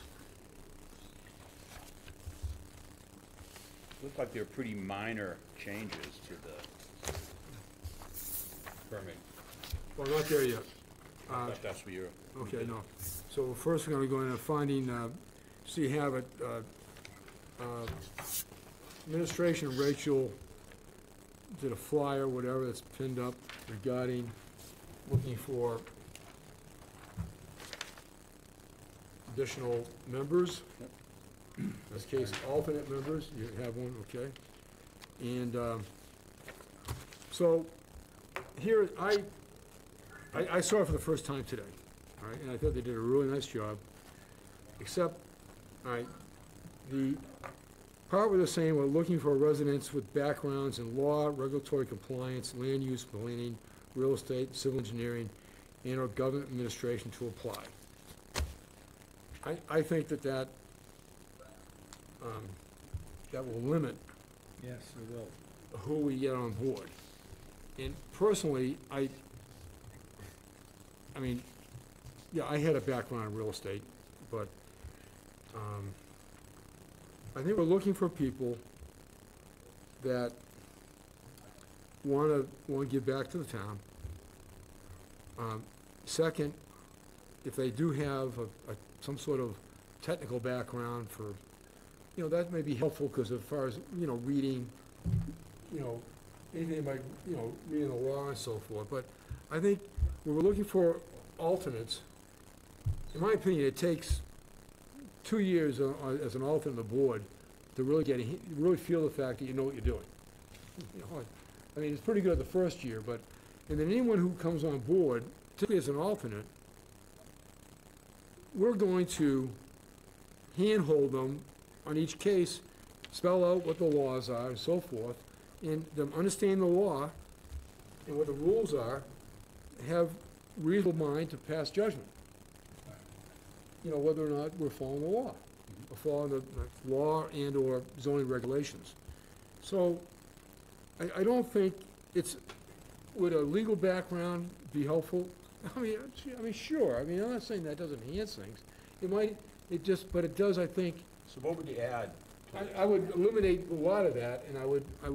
I think you should just say with an interest in, supporting these efforts. Yeah, go with that, because I gotta tell you, I have spoken to people who are longtime residents of this community. Browbeat them. They're not interested. Can't get them to apply to the board. And this criteria is too narrow. Yes. I think it's going to eliminate, like you just indicated, a lot of people who, if there are those out there, we're gonna look at that and just. I mean, I think isn't the vetting of the person the responsibility of the select board It is. members on the selection committee? Right, but. I don't think you want to pre-select. It should be a wide net that says, Absolutely. if you're interested, and then, And I also. obviously, if someone's clearly unqualified that's interested, they'll say, no, we don't need. And I kind of want to spell out in a way, and I don't have the verbiage at the moment, but as an alternate to begin with, it's okay that it's going to take you months to understand the code. But you're going to learn to understand it one case at a time. And one case at a time, people can absorb, a new person, what the rules are, and I think be able to pass judgment. Plus, until someone feels ready to, I feel, the chair feels they're ready to vote, then at that point, they'll be assigned to vote on a case. But The more important thing is, eventually you're gonna have 4 members on the board, then eventually you're gonna have 3 members on the board, because if you don't get candidates in here, and this certainly restricts. right, it's over-restricted. We want people who want to give So, back to yeah, the community. And guess what? I want to state, and are interested in a learning opportunity, basically, that they can learn about this and be an alternate while they're learning. And I don't think you have to put that in there. well, I want them to know that they don't have to walk in here as an authority. Again, you don't wanna lay, I don't think you wanna lay that in a public notice necessarily. I'm gonna make a recommendation, we change it, but first of all, I think now it just needs to go to the people who are interested in serving and assisting the town, and have a learning opportunity regarding participating in the board. I like the first part, not the second, but that's just me. Yeah, sure, I understand. I don't like the second part, I think it's too narrow. Well, I think this part here is just, No, this part that Brian put out. Oh, yeah. so, if you all have an opportunity in the next day or so. I mean, the way I might handle what you're concerned with, Brian, is to maybe go the opposite of this and saying that, you do not have to be an expert in the field, that, there's not, as an alternate member, you have a learning, opportunity, Yeah, that's right. here, But let's not forget though, select board are the ones who are going to make the determination. Right, and that being the That case, has nothing to do with the board itself. well, yeah, well, we can influence that. I think if I understand Brian's concern, right, is that people may self-exempt themselves and saying, I don't know anything about zoning. Well, that's exactly the reason you take that section out, Yes. exactly. Yeah, but I think to say that you don't have to know, you have to be engaged and you'll learn, right? Yeah, you're gonna learn one case at a time. Yeah. And eventually, you know, after you've been through 30, 40, or 50 cases, you might feel fairly confident that you got a handle on it. At least you know where to go in the book to find answers. And certainly, with the case write-up that is presented now by Rachel, it certainly helps to direct you in the right place. And also, you know, if you look over cases a few days prior to a meeting, you got plenty of time to seek out, you know, okay, what's the law on this? Give Rachel a call, go stop by the town hall and speak to somebody regarding it. Not to get, you know, direction how to, not to get direction how to vote, but to understand the background of the case, you know? Like the last case. Brian, Yes, Ken. if I'd just like to just interject, I'm agreeing that that second paragraph on the right-hand side with all those requirements should be absolutely eliminated. But also to John's point, how do you rewrite that? I would simply add a sentence after the Harwich Select Board will be giving consideration to persons interested in appointment to the Zoning Board of Appeals, period. No previous experience required, period. Yep, okay. And then I think you've done exactly what we want to have done. And I need to, in the next few weeks, I'll get to this, I have to meet in front of the board to give the annual report. And I'm going to query the board as far as how they're gonna approach applicants and discuss that. Guys, we can train someone who comes on board as an alternate. And some may have past experience.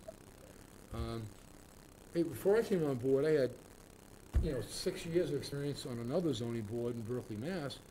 But you know what? That experience that I had then, that was before the Gale and Dietrich cases. So when I came on board, even though I had a pretty good background on variances and so forth, I had no background on Gale and Dietrich and what that meant. And, I had some learning to do. I went in first, ooh, what's this? But we can teach somebody. And I want, and I think we can give that. Anyway, enough said. So, on to the next one. We close this discussion, we'll just go. Can I have a couple Yeah. other comments? Is my appointment letter as an alternate said I was an alternate. So Yes. I don't know why they're using this associate terminology. It's an Oh, yeah. alternate members. They have it both in the about the board and in the top part, associate members, but down later on, they call it an alternate associate member somewhere. It's gotta be alternate. It's just an alternate member. Right. Also, are they not including you as a member of the board? Who, me? Because, That was kind of a shot, John. well, there's, Dave Nunnally's not a, Dave's- alternate, right? Is He's he? a member. He's a member. So There's 5 including members. Dave. Ken's not a member. Oh, I didn't realize I thought Ken was. No, he's not. Oh, okay. So, actually, But who did we lose then? Because it says there's 3 vacancies. We had, we haven't, we lost Dave Ryer. Yeah, we used to have like 8 or 9 people on this board. You're allowed to have 10. The town bylaws, or whatever they are for Just for the committees, reasons that, it's 10. So we have 7 right now. right. Right. But this thing says 8. I know, Yeah, but it says eight. it's wrong. That's what I'm saying. The math doesn't add up because it's saying there's 3 vacancies. There's only 3 vacancies of a 10. The board is made up of, it's a 10-person board. Maximum 10. Right, So then it should be 5 and 5 with It's- 3 current vacancies. right. So it's a 10-person board, right? Right. Maximum 10 Right. person. Never seen it. Yeah, it's not gonna happen, but, you never know. But we need to, So also,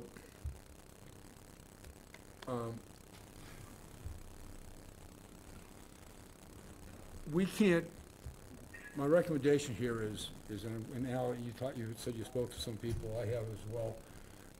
My recommendation is, as board members, we need to personally tap people and ask them to get involved. We can't wait for them to volunteer. People sometimes, a lot of people wait to be asked to volunteer for anything. You know, a lot of people, if they're asked, they're more likely to step up. But someone who might have had some past experience, you know, with town committee work and so forth, might find themselves knocking on the administration's door and volunteering. But if you haven't, you're more than likely, you know, there could be, you know, you need to be asked. And particularly on a regulatory board, it might be a little, you know, overwhelming is not the right word, but you know what I mean, as far as like, I don't want to take on that much. You know, and I think we need new members, Point taken. and we need to tap on ourselves. So let's ask everyone, if you know anybody. I would also say that, and I don't remember the town meetings I've attended, but I think the select board should take the opportunity at the town meeting when they have 300 or 400 engaged citizens there to make an appeal for the people in that room to participate. I've requested that, I requested it before the last town meeting. Yeah. Right, I also requested that they put up signs when we, like on Tuesdays of voting, when people walk in, of town committees looking for volunteers. Those are the people And most promote likely. that. If they're already engaged, Right. concerned enough to come to those meetings, then they are. I recommended advertising. The current approval was to do this flyer and stick it on the wall at the town hall, and they may put it on our webpage. But my opinion, the selectmen, town administration needs to get engaged and help promote it. But at the end of the day, tapping a friend on their shoulder saying, hey, get involved. And we're asking you to get involved as an alternate. You know what, after a few meetings, after half a year, if it's really not for you, then fine, resign. Give it a shot, okay, you're an alternate. All right, so. I think that, might consider the community center, putting them down there. Yeah, no, I mean, absolutely. Okay, I mean, any town-owned building, right? It's 204. all right. Old business. So everyone's got latest copy, revised copy for the comprehensive permit Are we application? done with new business? Is there any additional new business? It was under new business. This. Well, mine sort of, well, this is under, yeah, this was under new business. Yeah. On the agenda. Okay, what's the next item we're talking about? Well, it actually relates to the 40B, you know, I mean, I've been doing a lot of reading, I'm sure everybody else has to try to, as you say, learn on the job as you're doing this. But one thing that keeps, I'm a data guy, right? And I've done some web searches in the town website, is making sure that we all have the current inventory of housing that exists within Harwich before any of these come to us. People start complaining about which part of town is overdeveloped and everything like that, there's gotta be a current housing inventory somewhere that shows where the town stands relative to the standards the state's looking for, as well as other comparative towns in the area. I just think that would be helpful to have that most recent data, because when you search the web, you find like 5 versions of it. And I'd like to know which. Well, in regards to what? You mean as far as what is subsidized housing, or? Well, what's subsidized housing? What's a big addition? You know, when someone says, gee, they want to build this many units, that's a big addition. Well, I don't know, how many units are there now? Relative to what? You know, I Make think. a good point, John. I do not know Yeah, where they're located. yeah. Matter of fact, there was just something recently, and to your point, there's a builder who put a sign up, new building going up, and some of the neighbors were Beside themselves. Yeah, the east, over. Well, eastward, yeah. Yeah, eastward. Well, again, in that's where I look at, like, density-wise, Right. you've already got a movement in one part of Harwich complaining that they're bearing the brunt of new development. But you drive through the campground and how dense the population is down there, I seriously doubt that that's the most developed part of town right now.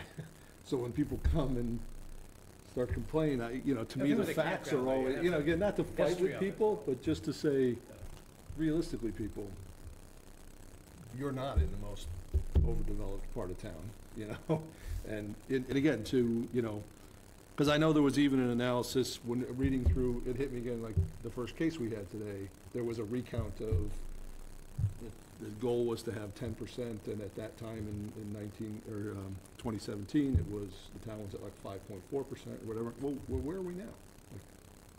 Probably below 10%. I'm sure below 10%, but maybe, Oh, wait, and which of the 7 villages has it, doesn't have it, and, when you start talking to equity, people are gonna complain that there's gonna be these NIMBY things and everything. I'd really like to know where everybody's backyards stand right now, before the application comes in, that someone's gonna complain about it and not want it near them, and say, well, you do understand that there's other parts of town that, have that level of density, or, have already borne the brunt of, lower income housing and whatnot, like, so and I think there is a document out there, I just don't know. Who can answer that question? Yep. Is it the city planner? Who answers that question Well, for us? that's what I'm just saying, that I think as a board, maybe we could approach planning or somebody to say, I would start off with Christine. we want the most current housing inventory for the town, and You're saying the percent affordable? yeah, well, yeah, how many, there's a count out there, how many dwelling seven units are they communities. by village? Yeah. How many of them are considered affordable, under the provisions of 40B? I've seen And those how do we numbers in stand other- relative to other communities, both on the Cape and in town, Could I ask you to take a lead on that? Yeah. Okay. But I just think, for me, I would like to have that background before we get into. Sure, this. no, absolutely. So, the person, Christine Flynn is the planning director, so I would start with her. Yeah, she's very nice. When people start using even terms like big, well, that's a big development. Well, I don't know. What's the Yeah. biggest development in town right now? No, I Big do, relative to what? I do think, as far as background material, and so forth, and first of all, knowledge of how the 40B works, as far as, what we can review and what we can't review, okay, and what comes under our, so I think I would go start off with Christine, and that's a good thing, get that under, because then when people are presenting things to us at some point, we can say, well, per town records, this is what we have. Right, this is the baseline that we're starting with. That to me is just establishing the so baseline, and let's- I just 'cause wanted people to are see gonna if the rest of the board Um, felt the same way, or I'm just a data geek. I started doing and I don't think it's appropriate for me to share this, I started doing myself a file of, report of all the reasons for objections that people have been making, on a potential project. And, just so I can, understand their objections, so it's not, I don't have to absorb it if something does come up on a 40B project, I don't have to be finding myself that night trying to absorb it all. I want to try to get a background information on it as well.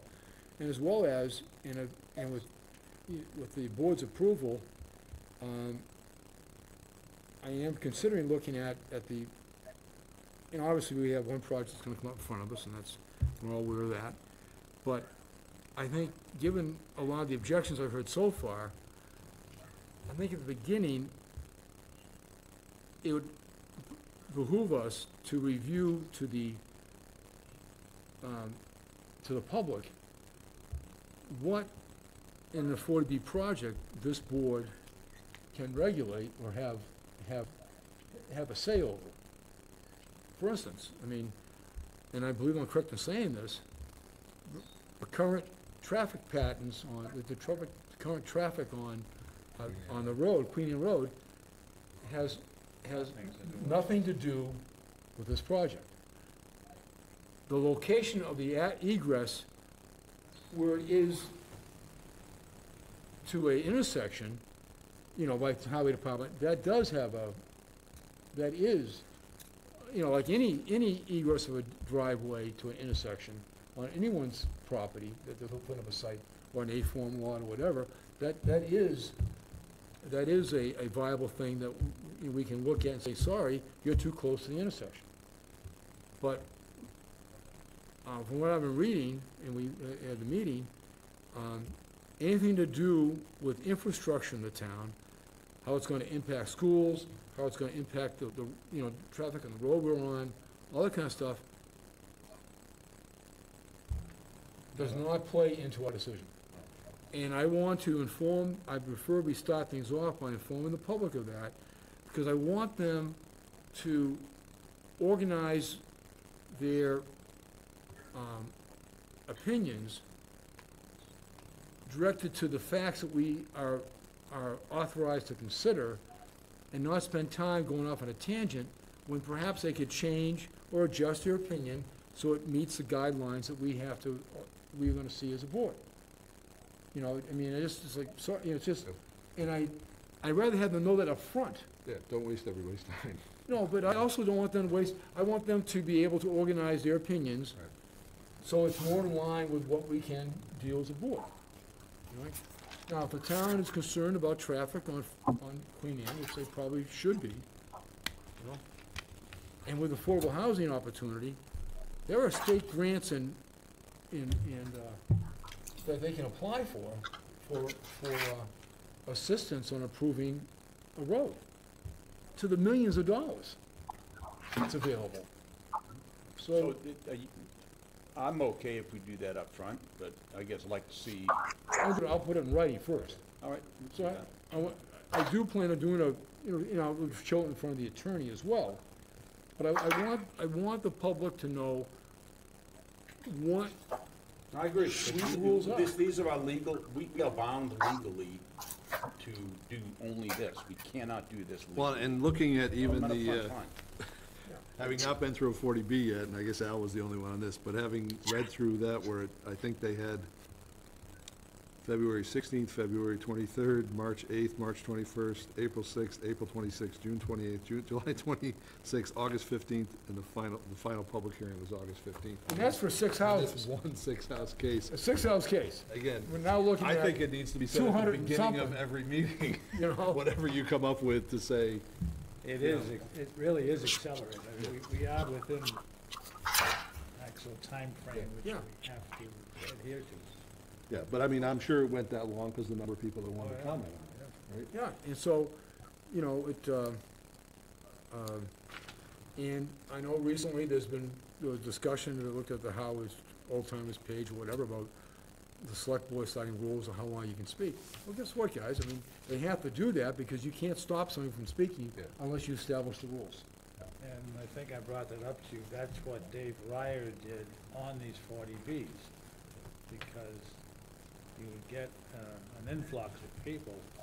And what Dave did, to his credit, and I mentioned to Ryan, he set the rules 5 minutes.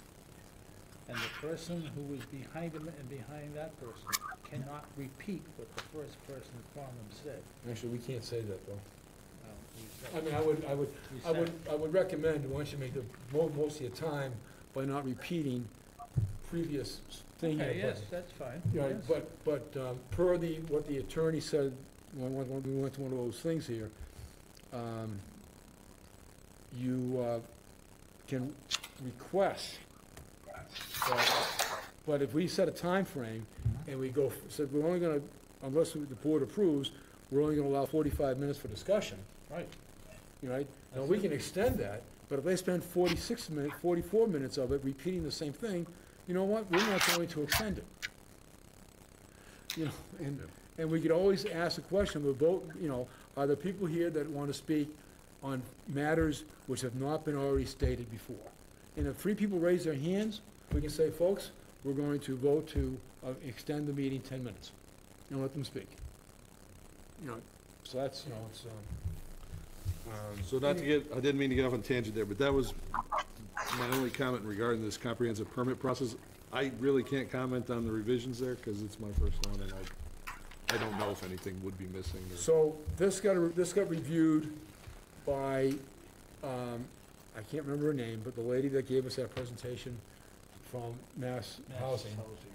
She sent in her recommendations as well as the town attorney. So it's been reviewed by the state commission representative and reviewed by a town attorney. Nothing seems out of line here, it looks fine. Well, but having what you just said before about like we can't consider traffic and stuff, then why is a traffic impact report requested? Because first of all, part of it can be, we want to see what it is, because, let's say, I mean, there could be a project we feel that needs, more than, for safety, more than one egress, all right? It could be a traffic scenario that we're looking at to an intersection.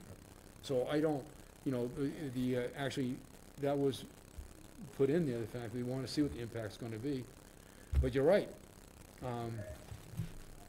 There's, It's just establishing the fact set, but if it's, I don't know. if it's 100 more cars, then The attorney, it's 100 more cars. the attorney recommended that be in there. All right. Well, John, I was at the training, and Brian, you were as well. I don't know if Chris and Al were there, but the reason you can deny, the waiver standards for denials must be based on number one, healthy, or number two, safety, so health or safety. Right. And traffic falls under safety. So Brian, I'm gonna, I guess, disagree with you based on the training we received, because if it's a safety issue, i.e. too many cars on too narrow of a road based on a traffic study, only the ZBA has the authority to say no. The selectmen are out of this picture for an approval of a 40B. It falls on the zoning board of appeals. I've read elsewhere, I think, I hear what you're saying, but in also discussions we brought up that night during the meeting, I'll go back in my notes, it was brought up regarding that infrastructure needs can't be a reason for denial. But that's cost feasibility. That's not about how many, that's not about safety. That's cost feasibility. Well, we'll take a look at it. Okay, but we have different impressions, but guess what? That's why we'll take a I'd be look at it. surprised, though, if they could do that, because that would give most towns a way to just deny large projects. It's too much traffic. And though, I think the whole point of the 40B was to take a lot of that control out of the towns. Right. We're reasonable. I think the point you made, Brian, was if the entrance is too close to an intersection, that's a clear safety hazard. Just having too many cars on the road may not be something you can. Yeah, I don't believe we can deny based upon traffic. But we need to find out. Yeah, we need to find out. If my memory serves me, though, the Excuse me. town attorney was at every one of the meetings, and the town attorney would address many of these issues that were brought up by the public. And it was addressed by the town attorney. It was very impacted, involved in this thing. Well, I think, if I write up a plan up front and pass in front of not only the board, but the town attorney, she'll be able at that point say, okay, no, it's, find out. I mean, we need to learn, we need to find these things out. And what I don't want to do is find ourselves learning on the job in the middle of a meeting. The only other thing that I thought was a little interesting was the list of all project contractors and consultants, including their resumes and stuff, like, That's, especially like rental management company, I mean, that's way down the road, like. no, I hear you saying. Yeah. Again, MHC and our town attorney came up with these. Yeah. And the final review was done by, everything submitted in red came from the town, after she reviewed what MHC did and what she felt needed to be done based upon the town bylaws, right? And the town attorney, this is the final passing from her. The big set was, changing things from going from 32 sets down to 12, which I thought was, like, what the hell, maybe people with 32 sets of these things. That's freaking ridiculous if you got a Back front end before loader, the days of computers. Okay. So, I'd like to make a motion that, and since the fees have not been changed, so the fee structure that's in here somewhere, towards the end, that fee structure is not being changed, so our revision of $500 this plus thing, $50 per unit. yeah, our review of this thing, can go, we can approve it without having to Oh, just put this in reading, front of the selectmen. reading that, there's a spelling error there. Where's the spelling error? It's not weather like rain, it's weather, W-H-E-T-H. What line are you at? Under the checks made payable. Yeah, Same pronunciation. That's the number of units. Well, No, you don't have the same version on here. oh, well, how does that happen? Okay, How's Dean doing? you grab your version. Has Dean got any deer yet? I don't know. Well, John, I'm with you, by the way. I don't think we should be requiring resumes. And if this is the form that we have to approve, then I guess we have some authority over it. Yeah, well, I'm just wondering, what are we gonna do with the rest? I mean, okay, it's interesting, but, Town attorney recommended we get them. yeah. So, Does that open the window of someone later on saying, well, you know, you approved a project with a, you know, rental company that has 50 violations All right, so- and weren't competent? You're like, Let's go back, where's the resume line? Oh, right. All right. it says including, if applicable, their resume. and John, what I don't know is maybe that's a standard part of someone's application to be the management company. Maybe they always include the resume. Is that the Okay, resume of the so company? I Is it the believe this resume is of every referring employee? to, the resume is referring to the consultant that's gonna be hired by the town, and we get a grant. We're gonna be, there's a grant up to $15,000 to hire, to advise the board, and I believe that's the resume we're talking about.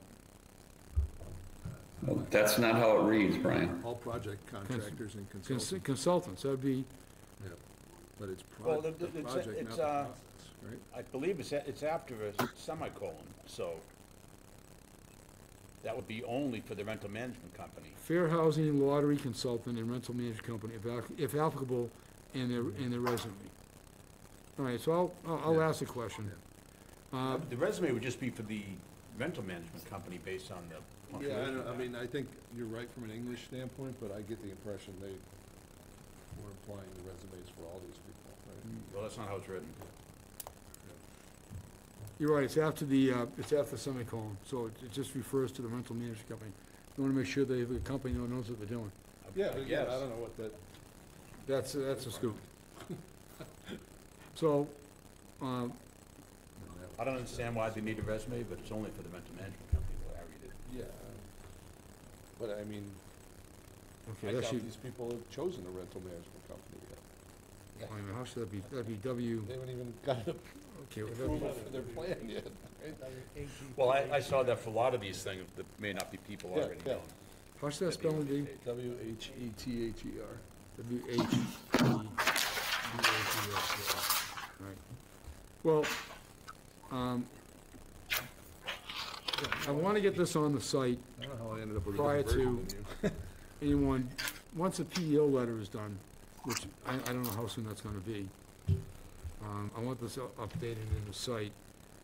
I would, my recommendation is, I would like to see the board approve this version, but then I'll seek guidance on why we doing on the resume, and then the next meeting in December, I'll report back on that, and given what I find out about that, then we can revise this application through. Okay. Agreed. Okay, is that okay with everyone? Yep, good. All right, so I'd like to hear a motion that we accept the revisions as presented. I can make the motion.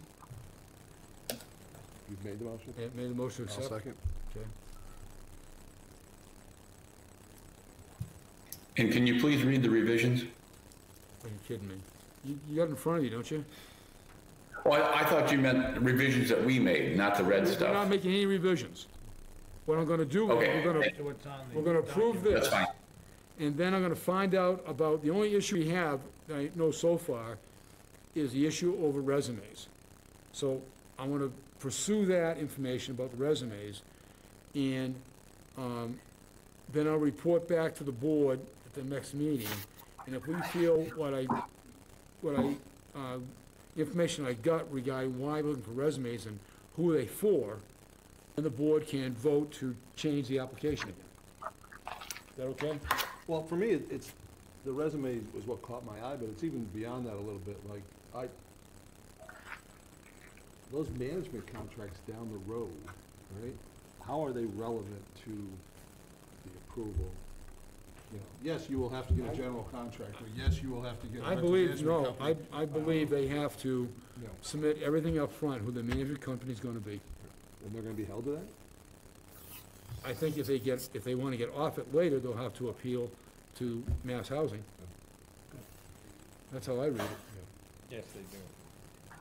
So they want everyone's ducks in a row. They don't want anybody, well, this is preliminary. They don't wanna hear it.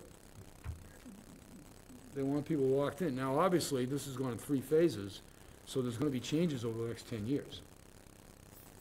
And having run a condo association, a large one for a number of years, I can tell you the fact that, you know, you don't always stick with the same management company for 10 years, right? So it's, I'm sure there's gonna be changes. Yeah, you don't always stick with the general contractor that you thought.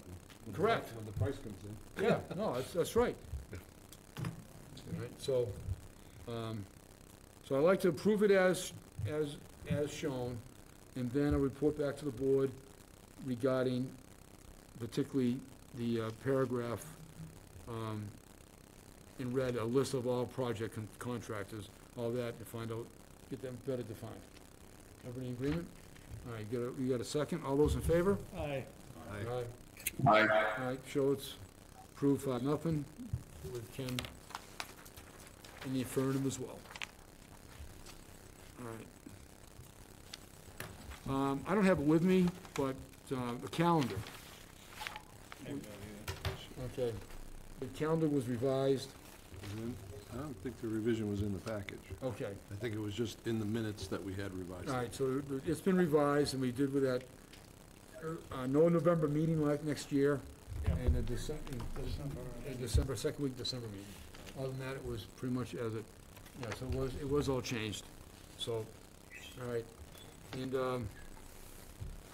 let's see, we had a follow-up letter from, Mr. Stuffin, just wanna make sure, Stupid, you all have that? Okay, all right, now, the, I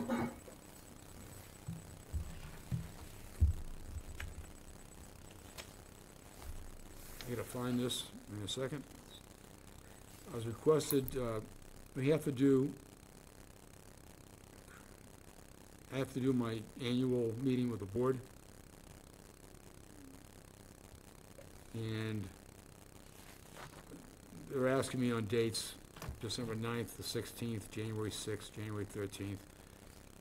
The actual report isn't due to the 10th of January, but, so I'm not quite sure why the earlier dates, but when the report gets done, I'll check with Rachel tomorrow. She's not here tonight because she's not feeling well. Okay. And, so, past reports.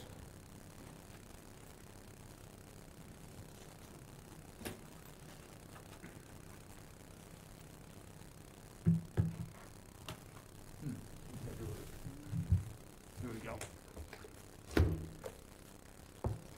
Pick up copies in the. Yes, down the hall. okay. This was an extensive report that I did last year. Sorry, please. All right, so I just want to tell you what, last year's report to the board, you know, basically just listed number of applications that were done as of the date, number, you know, how many, it just goes through, you know, motions dismissed, right, matter right, so 40B applications, and, you know, how many were approved, how many were variances and special permits, and then it asks if I have any problem absenteeism, and then it had a report on that, and then it adds regarding requests by the board and chair. So anything else that we want to discuss and bring to the selectmen's attention. So one, I think, is on discuss as far as for applications. And we just don't need to be too restrictive. We just want intelligent people that can set their personal feelings aside and vote based upon the facts. And they can use those criteria in their weeding out process if they have too many candidates, Right, which yeah, is unlikely to be the Yes, case. that's a good problem. okay? Yeah. You know, so I think I need to address that with the board. Yep. All right?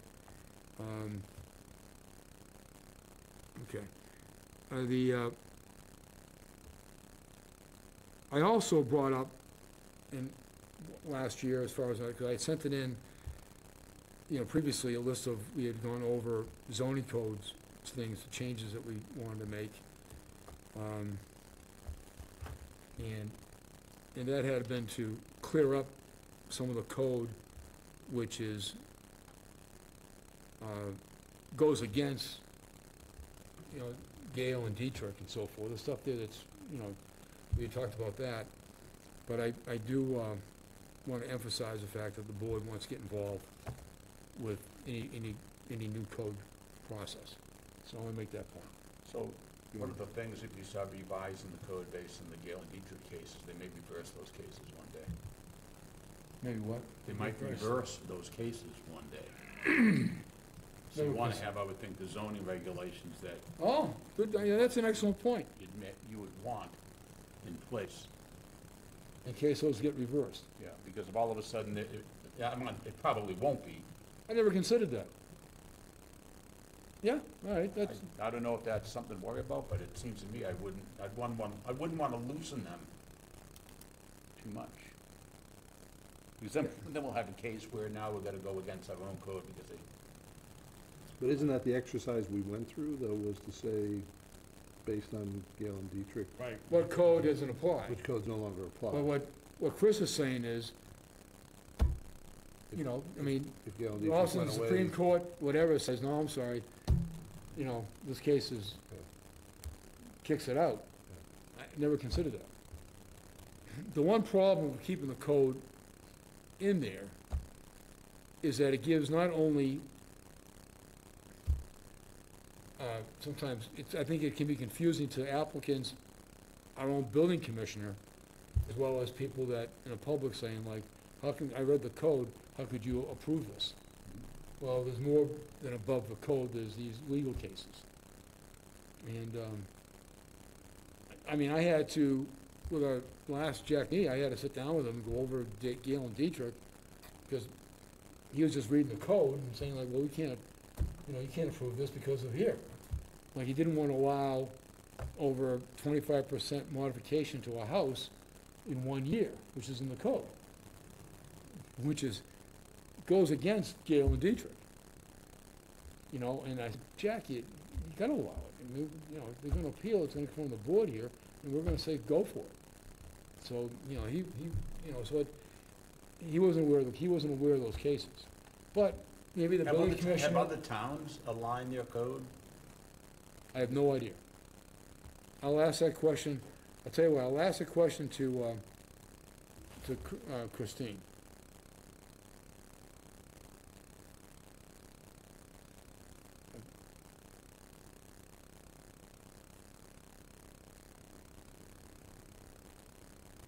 If the other cases, other towns with line cases. So, anyways, at some point here, December, early January, we'll have a full report, which when I get it from Rachel, when she compiles everything, then I'll add to the report what things we want to talk about. I'll get it out to the board for your review. That's 205. The 205 is our report. And before I submit it, I'm just gonna get an email back approval from you guys. I'm not gonna bring it back to the board. Is that okay? Yes. Yep. All right, just get your input. Are you gonna get granular on some of the things like the permeable material discussions we've had, or are you just gonna say you would encourage interface with? We want involvement. We want to be part of the process. Yeah, especially some of the codes that we're out of line with a lot of the other towns. We're like an outlier. Yeah, I have no idea what those are. So, Well, there's one, isn't it, well, first of all, site coverage is not done by, only one other community on the Cape, right, and that's Nantucket, I think it is.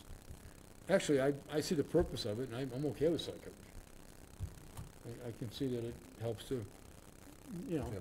I mean, it helps for the neighborhoods, and in most places that have done it, it helps for water management with runoff. right, yeah. But that's why I think the permeability thing, I'm fine with the site coverage, it's just differentiating, you know, permeable materials. You know, Yeah, they're not all the same. the planning director already started redoing that, and I told her I wanted to do a request a revision of it.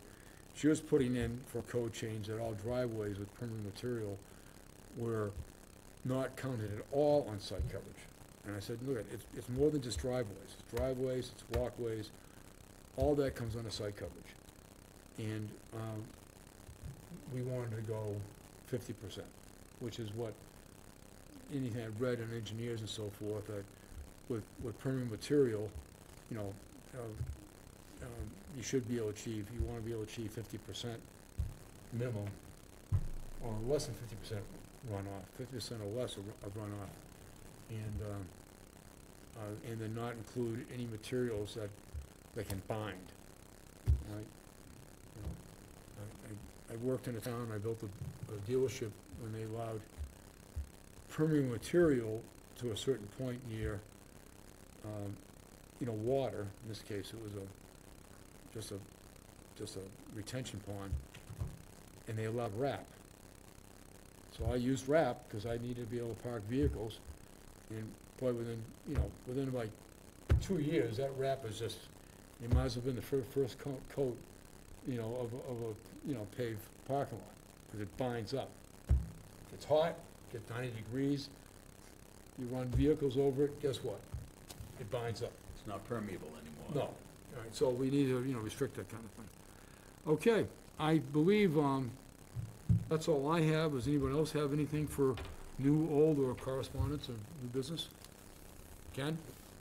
You also? Okay. No. Well, that being the case, it's 8:46, and I'd like to hear a motion to adjourn. So moved. Second. Okay. All right, so we are 8:46. John, Chris. We are adjourned.